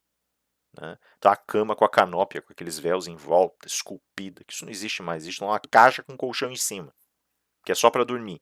E há uma linguagem nisso. A casa não é o lugar da tua permanência e apreciação. A casa é o lugar em que você dorme. Percebem? Tudo é linguagem. E no direito não é diferente. Verdade, real e verdade processual são os dois grandes pontos disso. Pior, pensem que o jurista, quando cria uma norma, ou quando o juiz dá uma decisão, eles estão compondo tua vida. Literalmente. Alguém vem e baixa uma norma. A gente estava vendo esses dias aí em algumas das sessões, né? Vem e me baixa uma norma jurídica dizendo, por exemplo, que uma pessoa que vai passar por atendimento médico num hospital, ela é consumidora do serviço do hospital. Mas se entrar pelo SUS, não. Mudou, porque a partir desse momento as pessoas que entram pagando podem acessar certas comodidades processuais. Quem entra pelo SUS não pode. Vê como muda a vida. Percebem?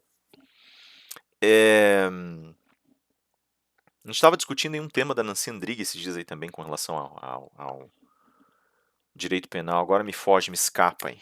Desculpa, um voto da Nancy Andrighi. Esqueci, desculpem, tá? Acho que era sobre o WhatsApp, era alguma coisa sobre o WhatsApp. Isso é outra coisa. Eu posso ou não posso interromper o serviço de WhatsApp? Se eu digo não, eu estou admitindo basicamente que o serviço de WhatsApp é essencial. Isso é linguagem, isso institui uma realidade. É pela fala que instituímos a realidade. Como o próprio Habermas vai colocar lá no começo da teoria do segundo volume da teoria do agir comunicativo, né? Nós somos criaturas comunicacionais, é atributo nosso, cara. O que fazemos com a linguagem acontece. A linguagem é perigosa. Né? Acontece porque acontece dentro das suas fronteiras e tudo é linguagem, cara. Tudo é linguagem. Movimentos do pensamento linguístico no direito, como é que eles são absorvidos, né? Então, de novo, tem muitas possibilidades. De novo, eu insisto nesse ponto, assim, porque, cara, desculpem, eu não vou conseguir esgotar isso aqui. Eu precisaria de um curso de 6 meses a 1 ano para pelo menos apresentar as bases, né? Mas tá bom, né? Assim, também não vou ficar aqui, não, porque é muito, porque é muito. Não, se é muito, então fazer o quê? A gente trabalha com o que a gente pode e acabou-se, né? Não dá para ficar fazendo resmungo intelectual também, né? Então, primeiro, o pensamento analítico linguístico, que é aquele que é mais matemático, estruturadinho, bonitinho, começa lá com Wittgenstein, com Russell. Tem alguns herdeiros do Wittgenstein que trabalham muito bem. O von Wright, inclusive, que é um jurista, foi um jurista, né? E foi legatário do Wittgenstein, estudou sob a batuta do Wittgenstein, guardou, ganhou muito dos livros do Wittgenstein depois, da obra dele, né? É, trabalha maravilhosamente bem com uma lógica modal dentro do direito, que trabalha a batida proposicional. A Elizabeth Anscombe, que vai trabalhar em alguma medida com a questão comportamental, mas ela é mais filósofa da matemática, né? Ela e o Gitch, o marido dela, né? Ela já faleceu, o Gitch, eu não sei se... Acho que o Gitch faleceu também já. O Jaco e o Meryl Hintica, que são primos, e trabalharam muita coisa do Wittgenstein e da filosofia da linguagem no direito, né? São dois teóricos fantásticos também. Veja, aqui eu coloquei baseado na recomposição do direito desde as fundações das variáveis proposicionais e valores verdade. O que é variável proposicional, né? Você pensa assim, quando eu digo Maria comeu o bolo, eu poderia dizer, por exemplo, João comeu o bolo. Ou poderia dizer Maria comeu a torta. Né? Isso são variáveis proposicionais. Tem posições dentro de uma proposição que podem comportar um sem número de coisas. Tem coisas que fazem sentido e outras que não. Posso dizer Maria comeu a torta, mas não posso dizer a torta comeu Maria. Né? Fica esquisito. Ou posso dizer Maria comeu a torta, mas dizer Maria comeu o telefone, estranho, né? Causa um certo estranhamento. Ou Maria comeu comer, fica estranho. Tá? Porque existem tensões que são tensões linguísticas, que estão arquitetando limites de significação, elas estão desenhando a significação dos termos como mapas negativos. Tá? Isso é variável proposicional. O que eu posso trocar, o que é intercambiável, é variável proposicional. Tá? Valor verdade. Valor verdade é quando você fala uma coisa. Por exemplo, há café na xícara do Rafael. Verdadeiro ou falso? Falso. Tá vazia. Tá? Eu e meu café, né? Como sempre. Mas tá aí, né? É possível falar? Sim, sim, sim. A caixa de livros está vazia. Verdadeiro ou falso? Verdadeiro. Né? Aqui é meu livrinho, minha caixinha do Habermas. Teoria do agir comunicativo. Então tá aí, ó. Vocês têm aí valores verdades, esses valores vão sendo pontuados e as deduções derivadas vão trabalhar dentro dessa tabela de valor verdade. Você saber se em sucessão, sem precisar verificar uma proposição, ela é verdadeira ou falsa. Né? A caixa de livros está vazia. Se está vazia, os livros estão sendo lidos. A caixa de livros está vazia, verdadeiro. Logo, os livros estão sendo lidos. Verdadeiro. Não preciso olhar a pessoa lendo para saber, só preciso desses dois conectores e se os dois forem verdadeiros. A caixa de livros está vazia, verdadeiro. Se está vazia, então alguém está lendo verdadeiro, pronto, o terceiro vai ser verdadeiro. Tá? Hermenêutica jurídica, de novo, isso aqui não é necessariamente filosofia da linguagem, não é, eu não acho que seja, tá? O próprio Gadamer vai dizer que não, o hermeneuta vai dizer que não, mas eu coloquei aqui porque é um lugar para a gente discutir o uso da hermenêutica jurídica e a gente precisa discutir, tá? Pelo menos de passagem. Não é uma teoria da interpretação, pelo amor de Deus, pelo amor de Deus. O pessoal fala hermenêutica, é teoria da interpretação. Não, não é teoria da interpretação, por caridade, não é uma teoria da interpretação, tá? Teoria da interpretação é uma explicação racional sobre como nós conseguimos encontrar o significado de palavras, só. Tá? A hermenêutica ela é o estado de compreensão da linguagem, veja que é muito mais amplo. Tá? E não tem uma teoria hermenêutica. Não, tem teorias hermenêuticas, mas não é o que a gente está explorando aqui. Tá? O que a gente está explorando é o posicionamento hermenêutico. Tá? É o fato de eu olhar para as coisas, de eu ouvir, de eu ler, e de eu compreender linguagens. Ela é antes uma faculdade humana, nesse caso. Então não é teoria da interpretação. Por caridade, não me falem que é teoria da interpretação. Tá? Eu vejo isso em prova de concurso, me arrepia. Até o último fio de cabelo. Não é, não é. São coisas diferentes. Tá? Teoria da interpretação é como é que eu leio uma palavra e descubro seu significado. E aí tem jeitos de você fazer isso. Eu vou buscar o significado tentando entender quem falou, eu vou buscar o significado tentando entender a mente de quem falou, ou o contexto da fala, ou tentando entender exatamente o que está escrito. Né? Então, interpretação gramatical, interpretação psicológica, interpretação originalista ou original, no caso do legislador, interpretação, né, a mens legislatórios, a vontade do legislador, Ah, não, eu quero entender o contexto histórico, interpretação histórica. Ah, eu quero entender o contexto de produção, interpretação fenomênica. Eu quero entender outras sentenças que tenham sido colocadas ao lado dessa, outras leis, outras coisas. Interpretação sistêmica ou interpretação integradora. Pronto, tá? Isso é interpretação. Mas hermenêutica não é ler e entender. A hermenêutica é a tua capacidade de compreensão das mais variadas formas de linguagem. E é a tua capacidade sob o olhar dela própria, tá? Então é como é que você compreende linguagens. Ver um quadro, olhar as árvores no jardim, olhar os livros na estante e suas cores, ler um livro, entender um gesto, entender o que significa quando um cacique vai lá e bate a lança no centro da taba, né, no centro da, da casa de culto, entender o que significa o ajoelhar-se na missa, entender o que significam as saudações nas religiões, mais diversas religiões de matriz africana, entender o que significa um barco com as velas defraudadas, ou o que é uma bandeira arriada a meio mastro, ou o que é uma bandeira. Isso é, percebem? Isso é hermenêutica. É bem mais amplo do que interpretação, pelo amor de Deus, tá? Não é teoria da interpretação. Se eu escutar vocês falando que é teoria da interpretação, eu vou brigar com vocês, tá? Eu não vou brigar com vocês. Ninguém consegue brigar com vocês. Vocês são queridos demais pra isso. Mas se vocês falarem que é teoria da interpretação, eu vou começar essa aula de novo. Eu vou fazer pior. Eu vou começar essa aula de novo na hora. Tá? E vou falar a aula inteira outra vez. E sim uma postura compreensiva de uma realidade, que é linguística em sua totalidade. Tudo é linguagem. Nessa sessão aqui, o cânone é esse. Tudo é linguagem. Atende aos problemas da interpretação integradora, né, que no caso é uma leitura que o Bett faz, tá, dentre tantas outras, do tempo do julgamento, que é uma discussão que o Gadamer traz, e da qualidade cultural e fenomênica da produção jurídica. Já explico essas coisas, tá? Teoria da argumentação, Habermas, Klaus Günther e assim por diante. Estabelece a natureza argumentativa do direito. Então aí já não é mais a linguagem que eu produzo e compreendo, é a linguagem em diálogo, né? Exatamente operando essa função que o Habermas entende como fundamental, isso é o gênio dele, é a dimensão comunicacional da linguagem. Por isso que a teoria dele chama teoria do agir comunicativo, né? Porque linguagem eu não faço para mim, também faço para mim, mas é sempre presumindo um outro, né? Não interessa se eu estou falando sozinho, se eu estou escrevendo um diário, sempre se presume o outro, como diria o Maurice Blanchot, né? Demonstrando a relativização da verdade sob condições estratégicas derivadas da psicologia estruturalista e do behaviorismo sociológico, Piaget, Kohlberg e Mead. Tem outros aqui, talvez desse para colocar aqui Erik Erikson, eu não conheço muito Erikson e não me lembro do... Provavelmente o Habermas citou, mas não me lembro, tá? Então aí vocês têm um panorama geral. Aqui a gente está falando basicamente sobre como nós discutimos, conversamos uns com os outros. Às vezes a gente conversa para cooperar e descobrir uma verdade subjacente, às vezes a gente conversa para ver quem ganha. Tipo os júris dessa semana. Né? E aí a gente tem estratégias diferentes, tá? E eu acho que isso ficou bem presente e bem visível para quem já fez o júri, né? A acusação e defesa construíram narrativas diferentes. O que os jurados queriam? Os jurados queriam saber exatamente o que aconteceu. Percebam que são expectativas diferentes. O jurado vem querendo a verdade.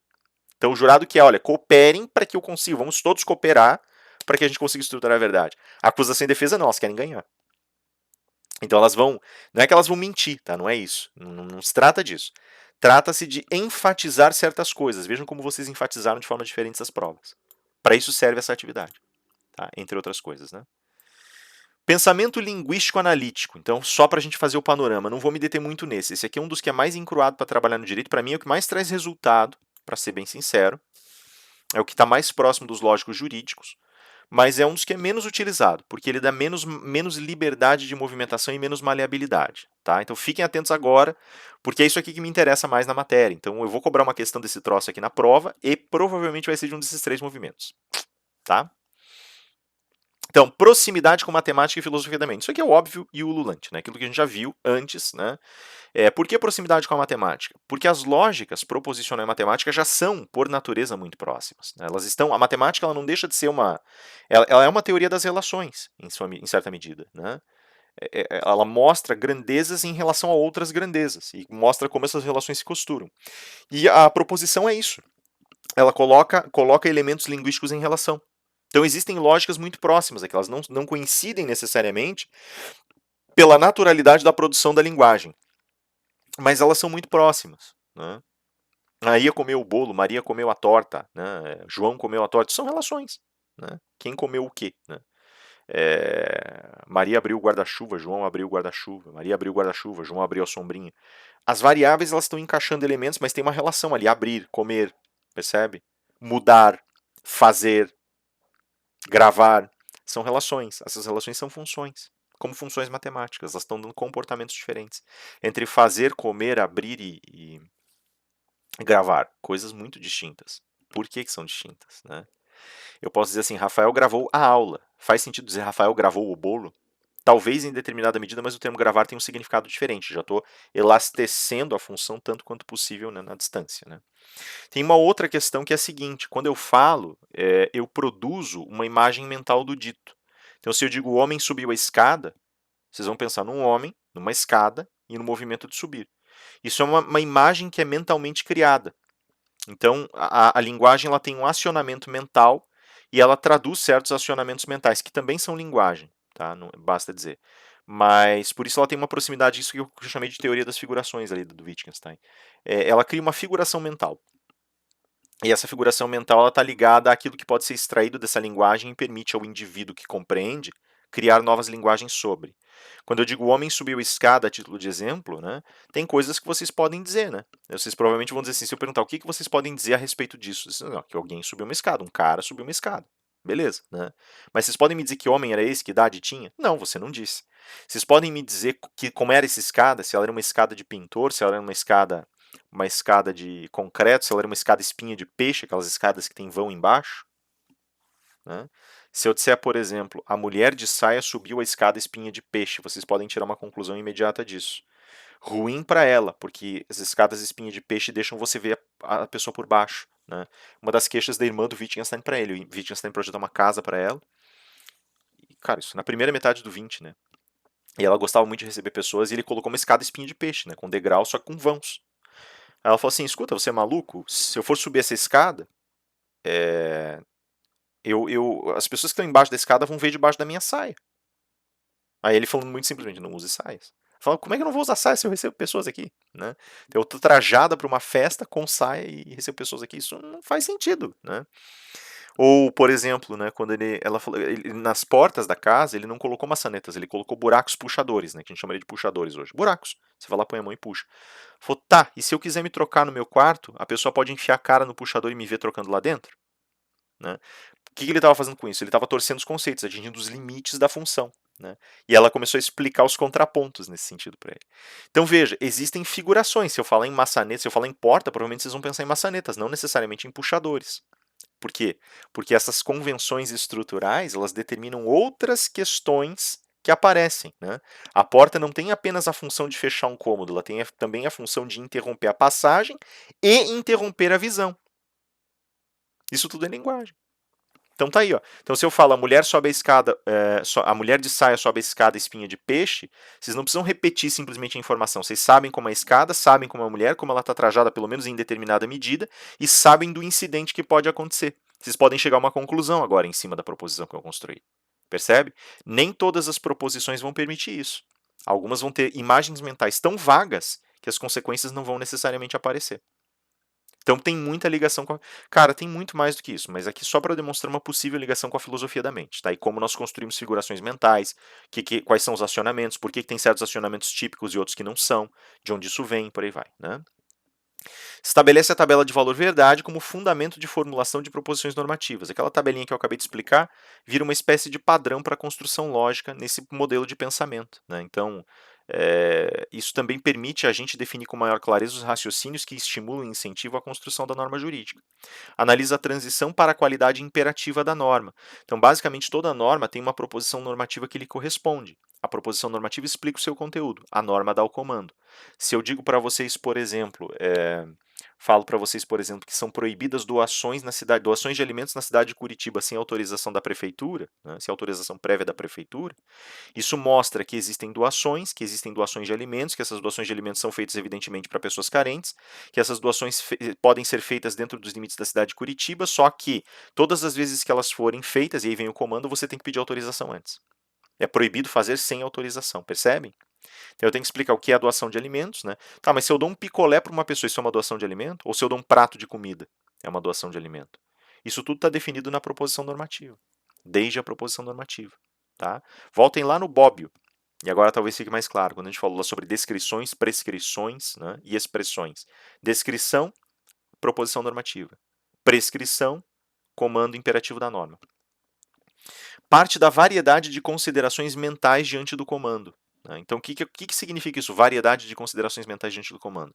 Toda vez que eu recebo um comando, eu obedeço ou deixo de obedecer por algum motivo. Se eu vejo uma placa de pare na rua, por exemplo, quando eu estou dirigindo meu veículo, eu paro. Eu vejo uma placa de preferencial, eu paro. Por quê? Eu preciso parar para meditar uma placa de preferencial. A ordem diz, não siga. Qual é o comando que está por trás disso? É permitido seguir apenas se na via perpendicular não houver um veículo seguindo, o qual terá preferência. Ou você poderia resumir de outra forma. O veículo da avenida perpendicular tem preferência. E aí eu posso tirar comandos disso. Se houver um veículo, então é proibido movimentar-se até a passagem do veículo ou dos veículos. Se não houver veículos, é permitido passar. São dois comandos, derivados de uma proposição, derivada de uma placa. Vocês param para pensar em tudo isso quando vocês estão dirigindo e param na preferencial, o sinal fica vermelho? Não, né? Você não vai parar para pensar, você reage imediatamente.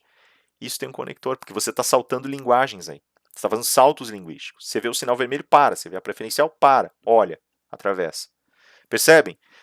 O comportamento, nesse caso, ele está convencionado por outras formas de linguagem que transcendem essas linguagens esclarecedoras ou explicativas. A regra, nesse sentido, ela tem uma dimensão condicionante. Não é o medo de punição, é o condicionamento do comportamento. E é um condicionamento linguístico. Percebem a jogada? Isso abre toda uma série de novas reflexões possíveis que são teóricas, eu não vou fazê-las aqui. Tá? Elas seriam um lugar possível, mas eu não vou fazer aqui porque não é necessário para o nosso trabalho agora. Define sentido linguístico como ferramenta necessária para o acesso ao campo de ação. Como assim? Lembra que eu falei que tinha um problema entre cognição e ação, consciência e ação, e a gente não sabia como lidar com isso? A solução que é dada por essa linha de pensamento linguístico é dada pelo Wittgenstein na teoria do sentido linguístico. Toda vez que eu falo alguma coisa, essa linguagem está já sempre inserida no contexto ambiental e ela me permite figurar mentalmente certas coisas. Se eu digo para vocês, me passe o livro e faço um gesto em determinada direção, vocês vão pegar o livro que está aqui e vão me dar. Mas se tiver três, vocês vão perguntar qual? Eu falo de capa azul, vocês pegam um livro de capa azul e me dão. Tá?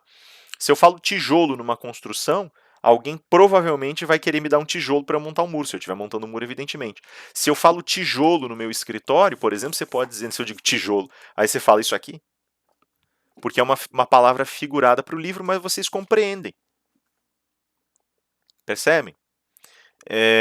Vocês podem, nesse sentido, trabalhar essa noção. Se eu digo, por exemplo, vamos fazer uma mesa redonda, se nós somos marceneiros, pode ser literalmente, então vamos tirar as medidas, que madeira você quer usar, como nós vamos montar, qual é o projeto. Se eu digo na sala, vamos fazer uma mesa redonda, vocês não vão pegar serrote, vocês vão simplesmente fazer um círculo e vão começar a debater. E isso é o mais interessante, geralmente faz círculo, porque é uma mesa redonda. Improvisa a matéria de uma mesa redonda para a atividade chamada mesa redonda. Isso é sentido linguístico. Percebem? Então o engajamento do sentido linguístico ele me dá essa solução. Então quando eu ouço, por exemplo, que o homicídio é punível com crime, com detenção, né? Uma pena de detenção, eu sei exatamente o que significa homicídio e o que significa detenção. Só que tem um zilhão de formas de homicídio. Né? Tem várias formas pelas quais um homicídio pode acontecer. Mas eu sei que todas são homicídio. Ah, mas por que você está fazendo um raciocínio lógico para determinar as propriedades? Não, não tô. Eu só sei que é. Eu perguntei uma vez para vocês, para alguns de vocês pelo menos, pedindo para me definirem um relógio. Daí vem aquela dificuldade, é para medir o tempo, é isso, aquilo, aquilo outro. A gente não consegue achar uma definição exata. Agora, se eu digo, me passa o relógio aí, ou pergunto que horas são, vocês sabem. Vocês sabem. O que diz o relógio aí? Você baixa o relógio do computador, abre o relógio do computador aqui no cantinho e pá, tá aqui, ó. Diz meio-dia e 48. Agora, incidentalmente, não é meio-dia, agora já é um pouco passado de meio-dia. Um pouquinho. Então tá aí. Né? Percebe? Então é basicamente essa leitura que a gente faz nesse sentido, e aqui a tentativa é determinar quais os limites de precisão da linguagem da norma da decisão judicial. Geralmente está muito ligado a movimentos nominalistas e normativistas, né, que querem saber exatamente o que a norma diz. Por isso que não é tão utilizado mais hoje também. Né? E aí nós chegamos na hermenêutica jurídica, que é um filhote da hermenêutica filosófica, que é parenta da hermenêutica bíblica. Então agora vocês já sabem dos aparentados que nós temos. Eu vou falar muito rapidamente do Gadamer aqui para vocês, né? A partir do pensamento de Schiller, Gadamer redefine a concepção de linguagem, estabelecendo que a compreensão de um excerto linguístico, um pedacinho de linguagem, se afasta da tradição do padrão natural de Kant para se aproximar de um conjunto de experiências vivenciais, que ele vai chamar de Erlebnissen. Né? Erlebnissen são vivências. Erlebnisse, vivência. Né? Olhamos para Erleben, né? Leben, vida. Né? Então, Erlebnisse, vivência.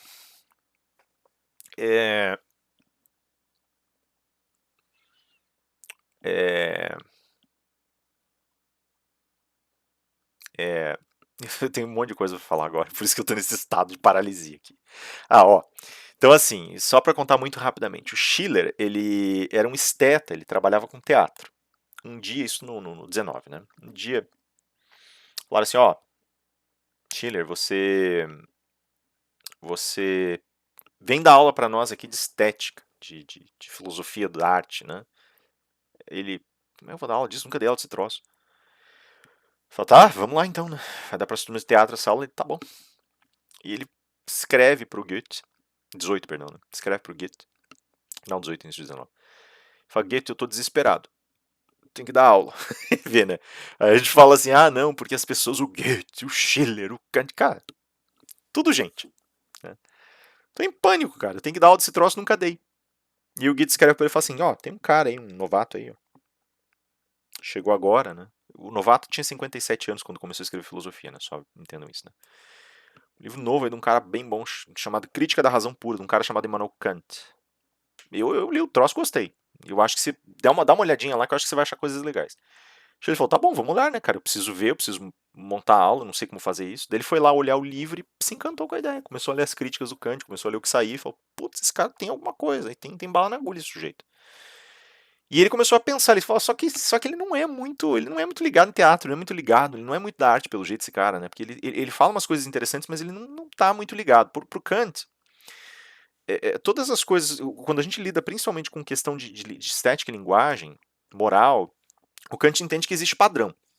Né? Então ele fala assim, padrão de beleza, né? Grosseirissimamente falando, não é ele que diz isso, mas vou parafrasear aqui. Padrão de beleza. Tem um padrão de beleza que a natureza deu. Então, padrão de beleza masculino e feminino. Tem padrão? Tem um padrão, tem uma proporção perfeita. Ela não é necessariamente identificável na sociedade, tá? Não estou dizendo que, assim, não, tem uma cor de pele, uma cor de olho, um jeitinho, uma estrutura física, um biotipo, não é isso, tá? Não é isso que eu estou dizendo, não é uma questão cultural.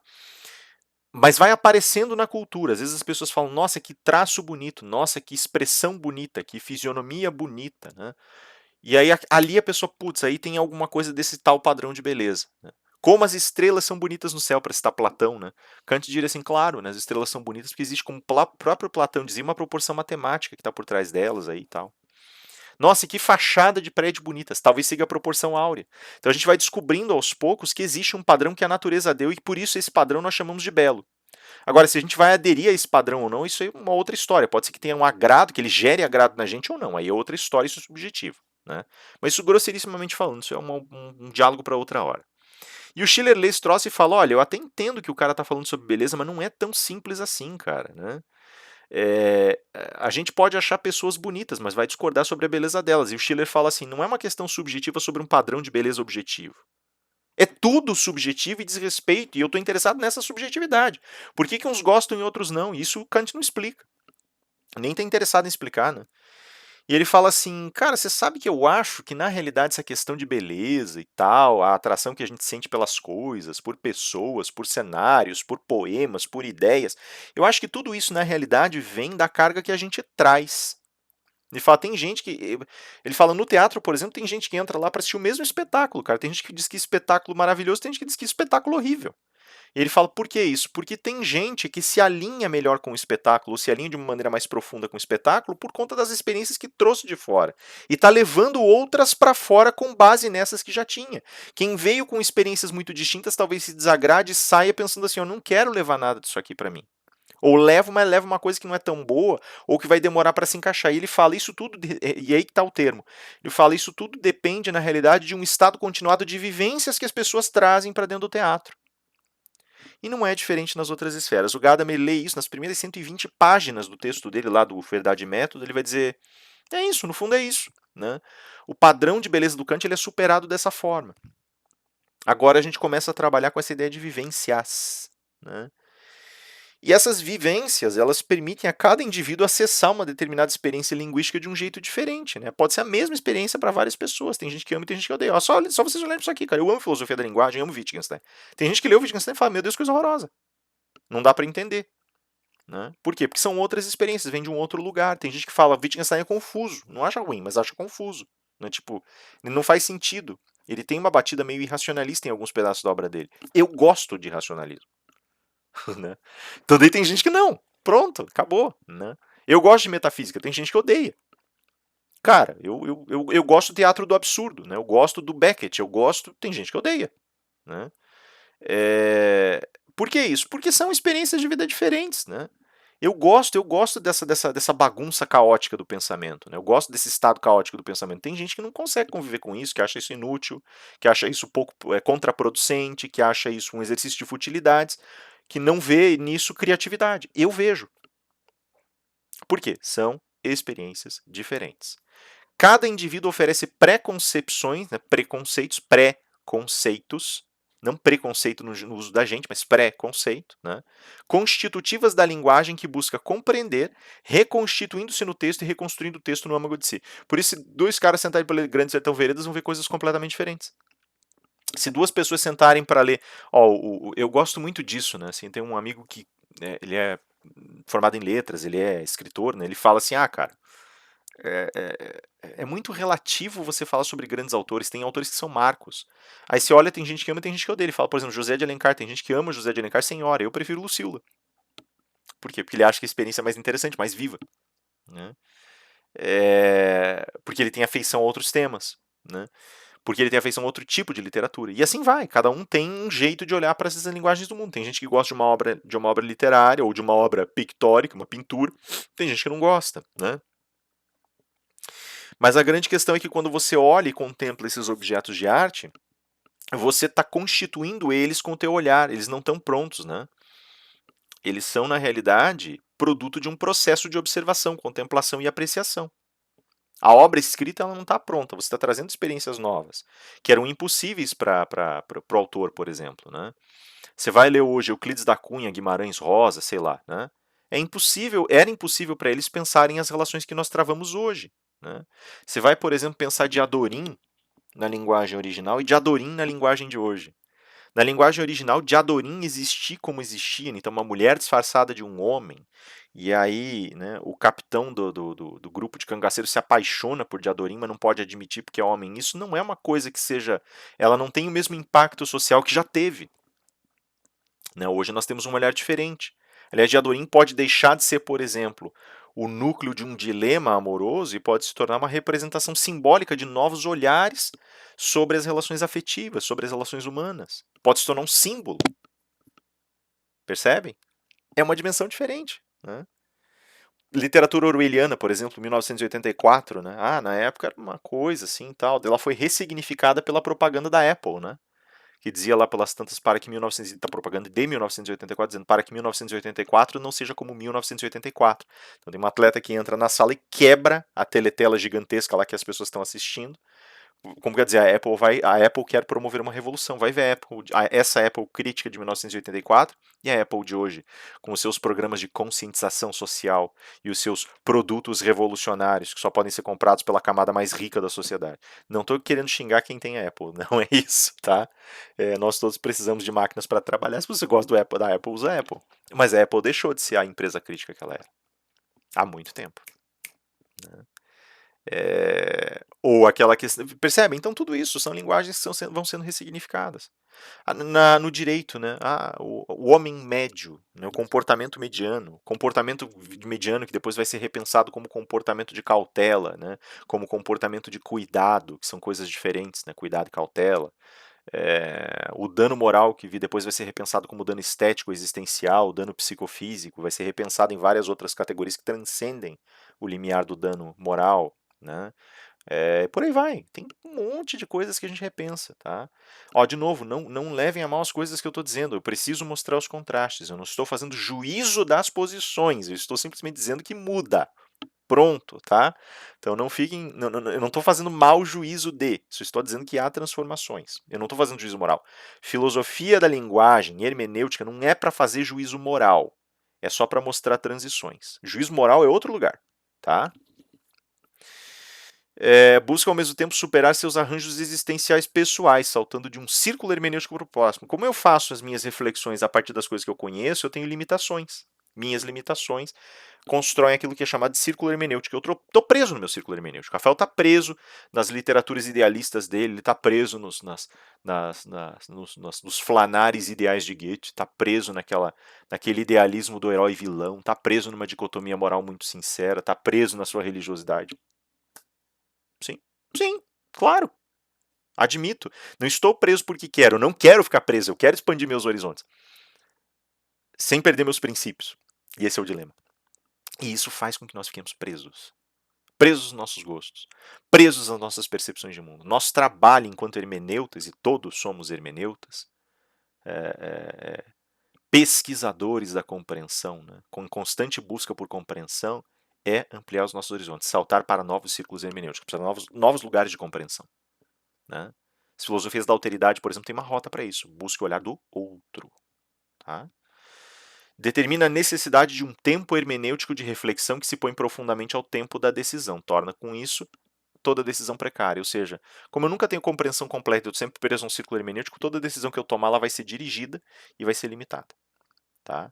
Então eu sempre tenho que tentar transcender para tentar fazer minha decisão melhor, mas eu preciso de todo o tempo do universo para compreender. Logo, as decisões que tomo, por exemplo, decisões judiciais tomadas, são decisões precárias, decisões que uma determinada época, uma determinada condição do julgador permitem, e assim por diante. Claro? E aí eu tenho uma última leitura, né, que eu vou colocar aqui para vocês, que é a do agir comunicativo. Né? Então, eu coloquei teoria da argumentação e do agir comunicativo, que na realidade são duas teorias conjugadas, tá? Não é uma só. É dizer, a partir de Mead e Wittgenstein. Mead foi um pensador do behaviorismo sociológico. Tá?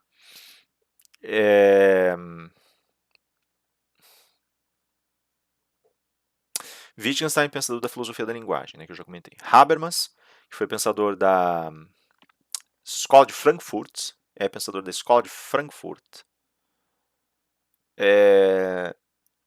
E tem, portanto, um pensamento marxista, crítico. Né? O Habermas ele começa a produzir a obra dele a partir da década de 50, principalmente em 57, ele é convidado pelo Gadamer para dar aula em Heidelberg. E, enfim, quando a Escola de Frankfurt teve contato com o pensamento norte-americano, Habermas trouxe muitos elementos da democracia norte-americana para o pensamento dele. Começou a trabalhar no sentido de entender como a comunidade consegue conformar seus posicionamentos. Né? Essa é a batida dele. E para entender isso, tanto no direito quanto na política, o Habermas vai tentar explorar, ou no pensamento filosófico e por aí vai, o Habermas tenta explorar como nós conseguimos chegar ao ponto de definir conceitos e de estabilizar conceitos. Né? E aí diz ali, Habermas compreende haver um redimensionamento da linguagem que passa a contemplar dimensões simbólicas e gestuais. Isso ele tira do Mead, né?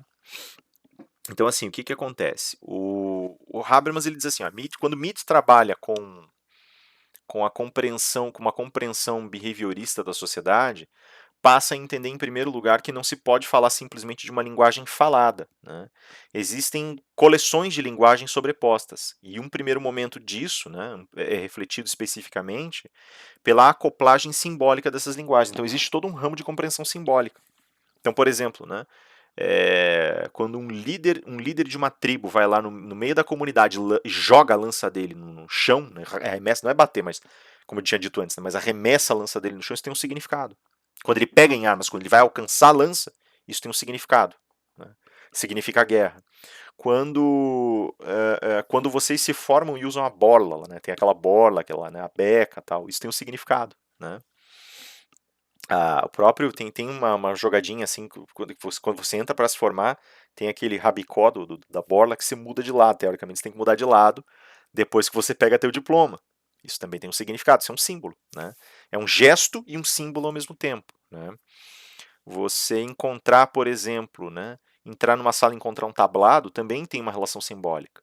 Você, por exemplo, o respeito reverencial por livros, simbólico, certo? Tudo isso é simbólico. O fato de você se sentar à mesa para comer diante dos outros e todos olharem uns para os outros tem uma característica simbólica, funcional e simbólica. Né? O agradecer o alimento, simbólico. As religiões, coleções simbólicas inteiras. Tudo isso tem representações simbólicas. Os óculos, né? Pol Pot, por exemplo, quando promove a revolução, uma das primeiras coisas que ele faz é mandar matar todas as pessoas que têm óculos no país. Que era a representação simbólica da intelectualidade. Horrível, horrível, mas, né, simbólico. Quem diria, né? Enfim, né? Pol Pot, filhote da intelectualidade francesa, fazer um troço desse, mas enfim. Cara, você tem uma coleção de possibilidades aí, tá?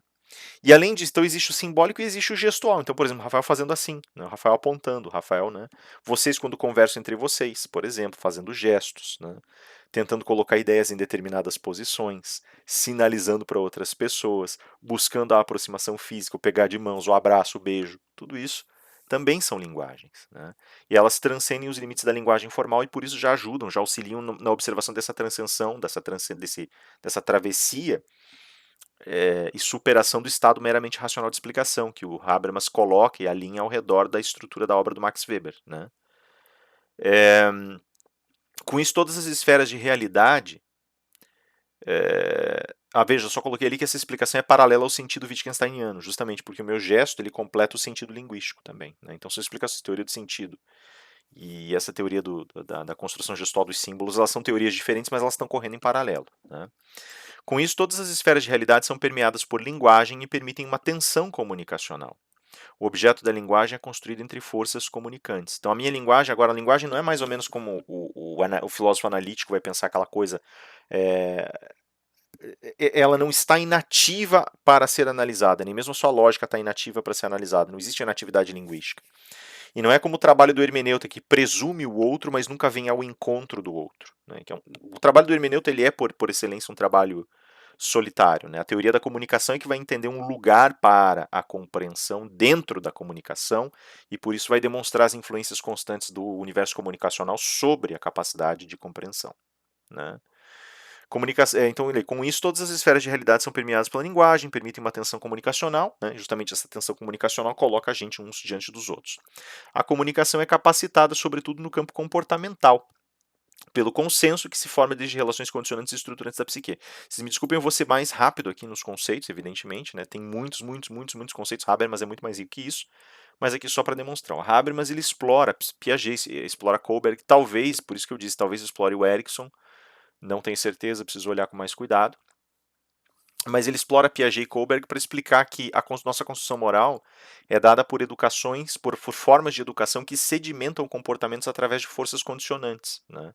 Então, se você pegar lá, por exemplo, a leitura do Piaget na formação da mente da criança, der uma olhada nos estágios de formação do Kohlberg, eu não vou lembrar agora em qual livro do Habermas está isso, mas está num deles. Tá? Eu vou ter que pedir só que vocês confiem em mim, desculpem eu não lembrar. Mas é que é livro demais. Eu tô lendo aqui pra ver se eu vejo a lombada e lembro. Associo, pelo menos. Ah, não vou lembrar, desculpem. Tá? Tem muito livro do Habermas que não tá comigo, na verdade, eles estão com um amigo meu. Eu acho que é no Discurso Filosófico da Modernidade. Acho, tá? Mas pode ser que esteja nesses outros aí que eu emprestei também. Emprestei uns 12 livros do Habermas pra ele. Eu deixei lá, né? Ele falou assim: eu preciso de devolver. Não, não, não, fica. Tem livro demais aqui. Pode ficar lá, depois quando eu precisar eu peço. Então, aí eu tô me pelando para pedir, tô usando versão eletrônica. Eu prefiro usar, né? Estou usando não, mas prefiro usar a versão eletrônica, porque é muita coisa. E então, assim, ele na verdade ele vai explorar esses estágios, vai dizer assim, olha, por exemplo, né, de 0 a 4 anos a criança está lá com a formação da mente, está descobrindo o mundo, está começando a formar sua relação, o seu contato com o mundo, entendendo seus traços sensoriais, de 4, 5, 6 anos ela começa a entender o início da relação com os outros, jogos, né? Piaget coloca a ideia de jogos, né? E aí a criança brinca, mas ela não conhece, não compreende como é que funcionam as regras, né? Então ela distorce, movimenta, ela fala de vitória e derrota independente de regras. Com 6, 7 anos ela começa a entender que o divertido são as regras. Então com 6, 7, 8 anos ela começa a elaborar e respeitar as regras. Com 10, 11 anos ela começa a perceber que as regras às vezes mantêm materialmente distinções muito fortes entre os jogadores e não são justas. Então ela começa a entender essa noção de equanimidade no jogo, e daí com 11, 12, 13, 14 começa a reinventar as regras para melhorar os jogos, e daí por diante ela começa a se afirmar subjetivamente dentro desse campo. Então seria assim que ela faria a educação moral dela, e portanto a sua educação comportamental.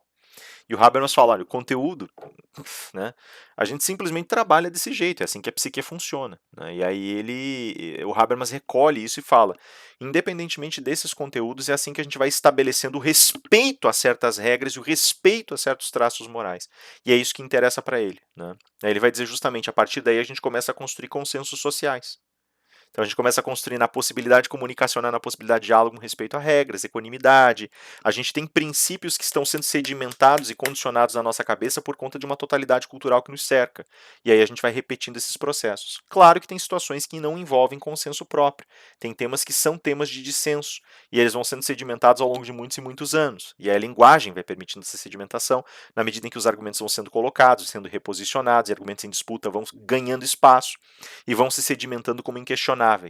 Aí você tem a formação desse consenso propriamente dito. E com base nesse, tantos outros podem vir a se formar, se desdobrando, se recompondo, reutilizando velhos argumentos naquilo que ele chama de overlapping consensus, né? Ou consenso sobreposto. E aí, assim, o que acontece dentro dessa arquitetura, né? Quando grupos de indivíduos ingressam na relação comunicacional, estabelecem alternativas de produção de diálogo. Se para a verdade, se o diálogo é feito na busca da verdade, né, como é, por exemplo, o discurso científico, eles são cooperadores que expõem todas as suas percepções. Então, como a gente está aqui, por exemplo, tudo que eu lembro, tudo que eu estudei, né, tudo que eu vi, tudo que eu estou, né, eu estou colocando para vocês porque eu quero que vocês entendam como Habermas opera, que eu quero que vocês entendam como a lei opera. Né? E vocês também, tudo que vocês duvidarem, tudo que vocês discordarem, tudo que vocês pensarem, vocês vão colocar. A gente põe tudo na mesa e daí começa a montar as peças, porque a gente está trabalhando juntos para construir essa realidade consensual mais ampla. Né? Então aí entra a questão da estratégia da verdade como geradora de sentido no discurso. É isso que a verdade é nesse caso. São cooperadores que expõem todas as suas percepções, portanto. Se para argumentação encontram ênfases estratégicas que permitem a vitória em uma potencial disputa. Então, se a gente estivesse argumentando uns contra os outros, provavelmente na situação que a gente se encontra, a gente não omitiria nada. Mas há situações em que pode haver omissão. Mas nós não omitiríamos, mas a gente criaria ênfases mais interessantes e melhores dentro daquilo que nós entendemos ser mais correto.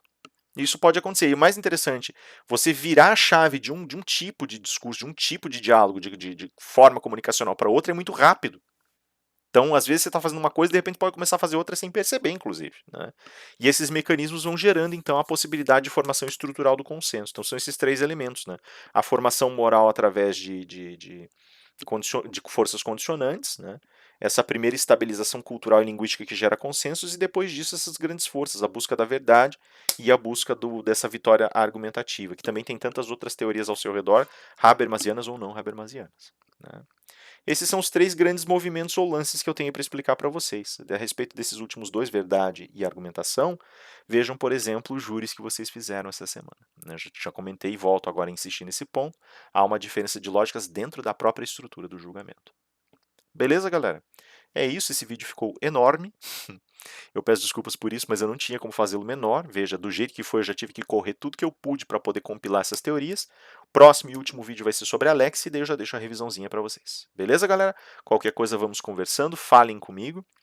Preparem-se aí para a semaninha de provas e fiquem tranquilos que eu sei que vocês vão se sair bem. Tá? E tirem as dúvidas comigo, vou deixar os slides para vocês também. E qualquer coisa me peço aqui. Tem algumas pessoas que pediram alguns livros, ainda vou deixar também para vocês ali. Tá? E é isso aí, galera. Beleza? Deus abençoe, cuidem-se bastante. Até mais.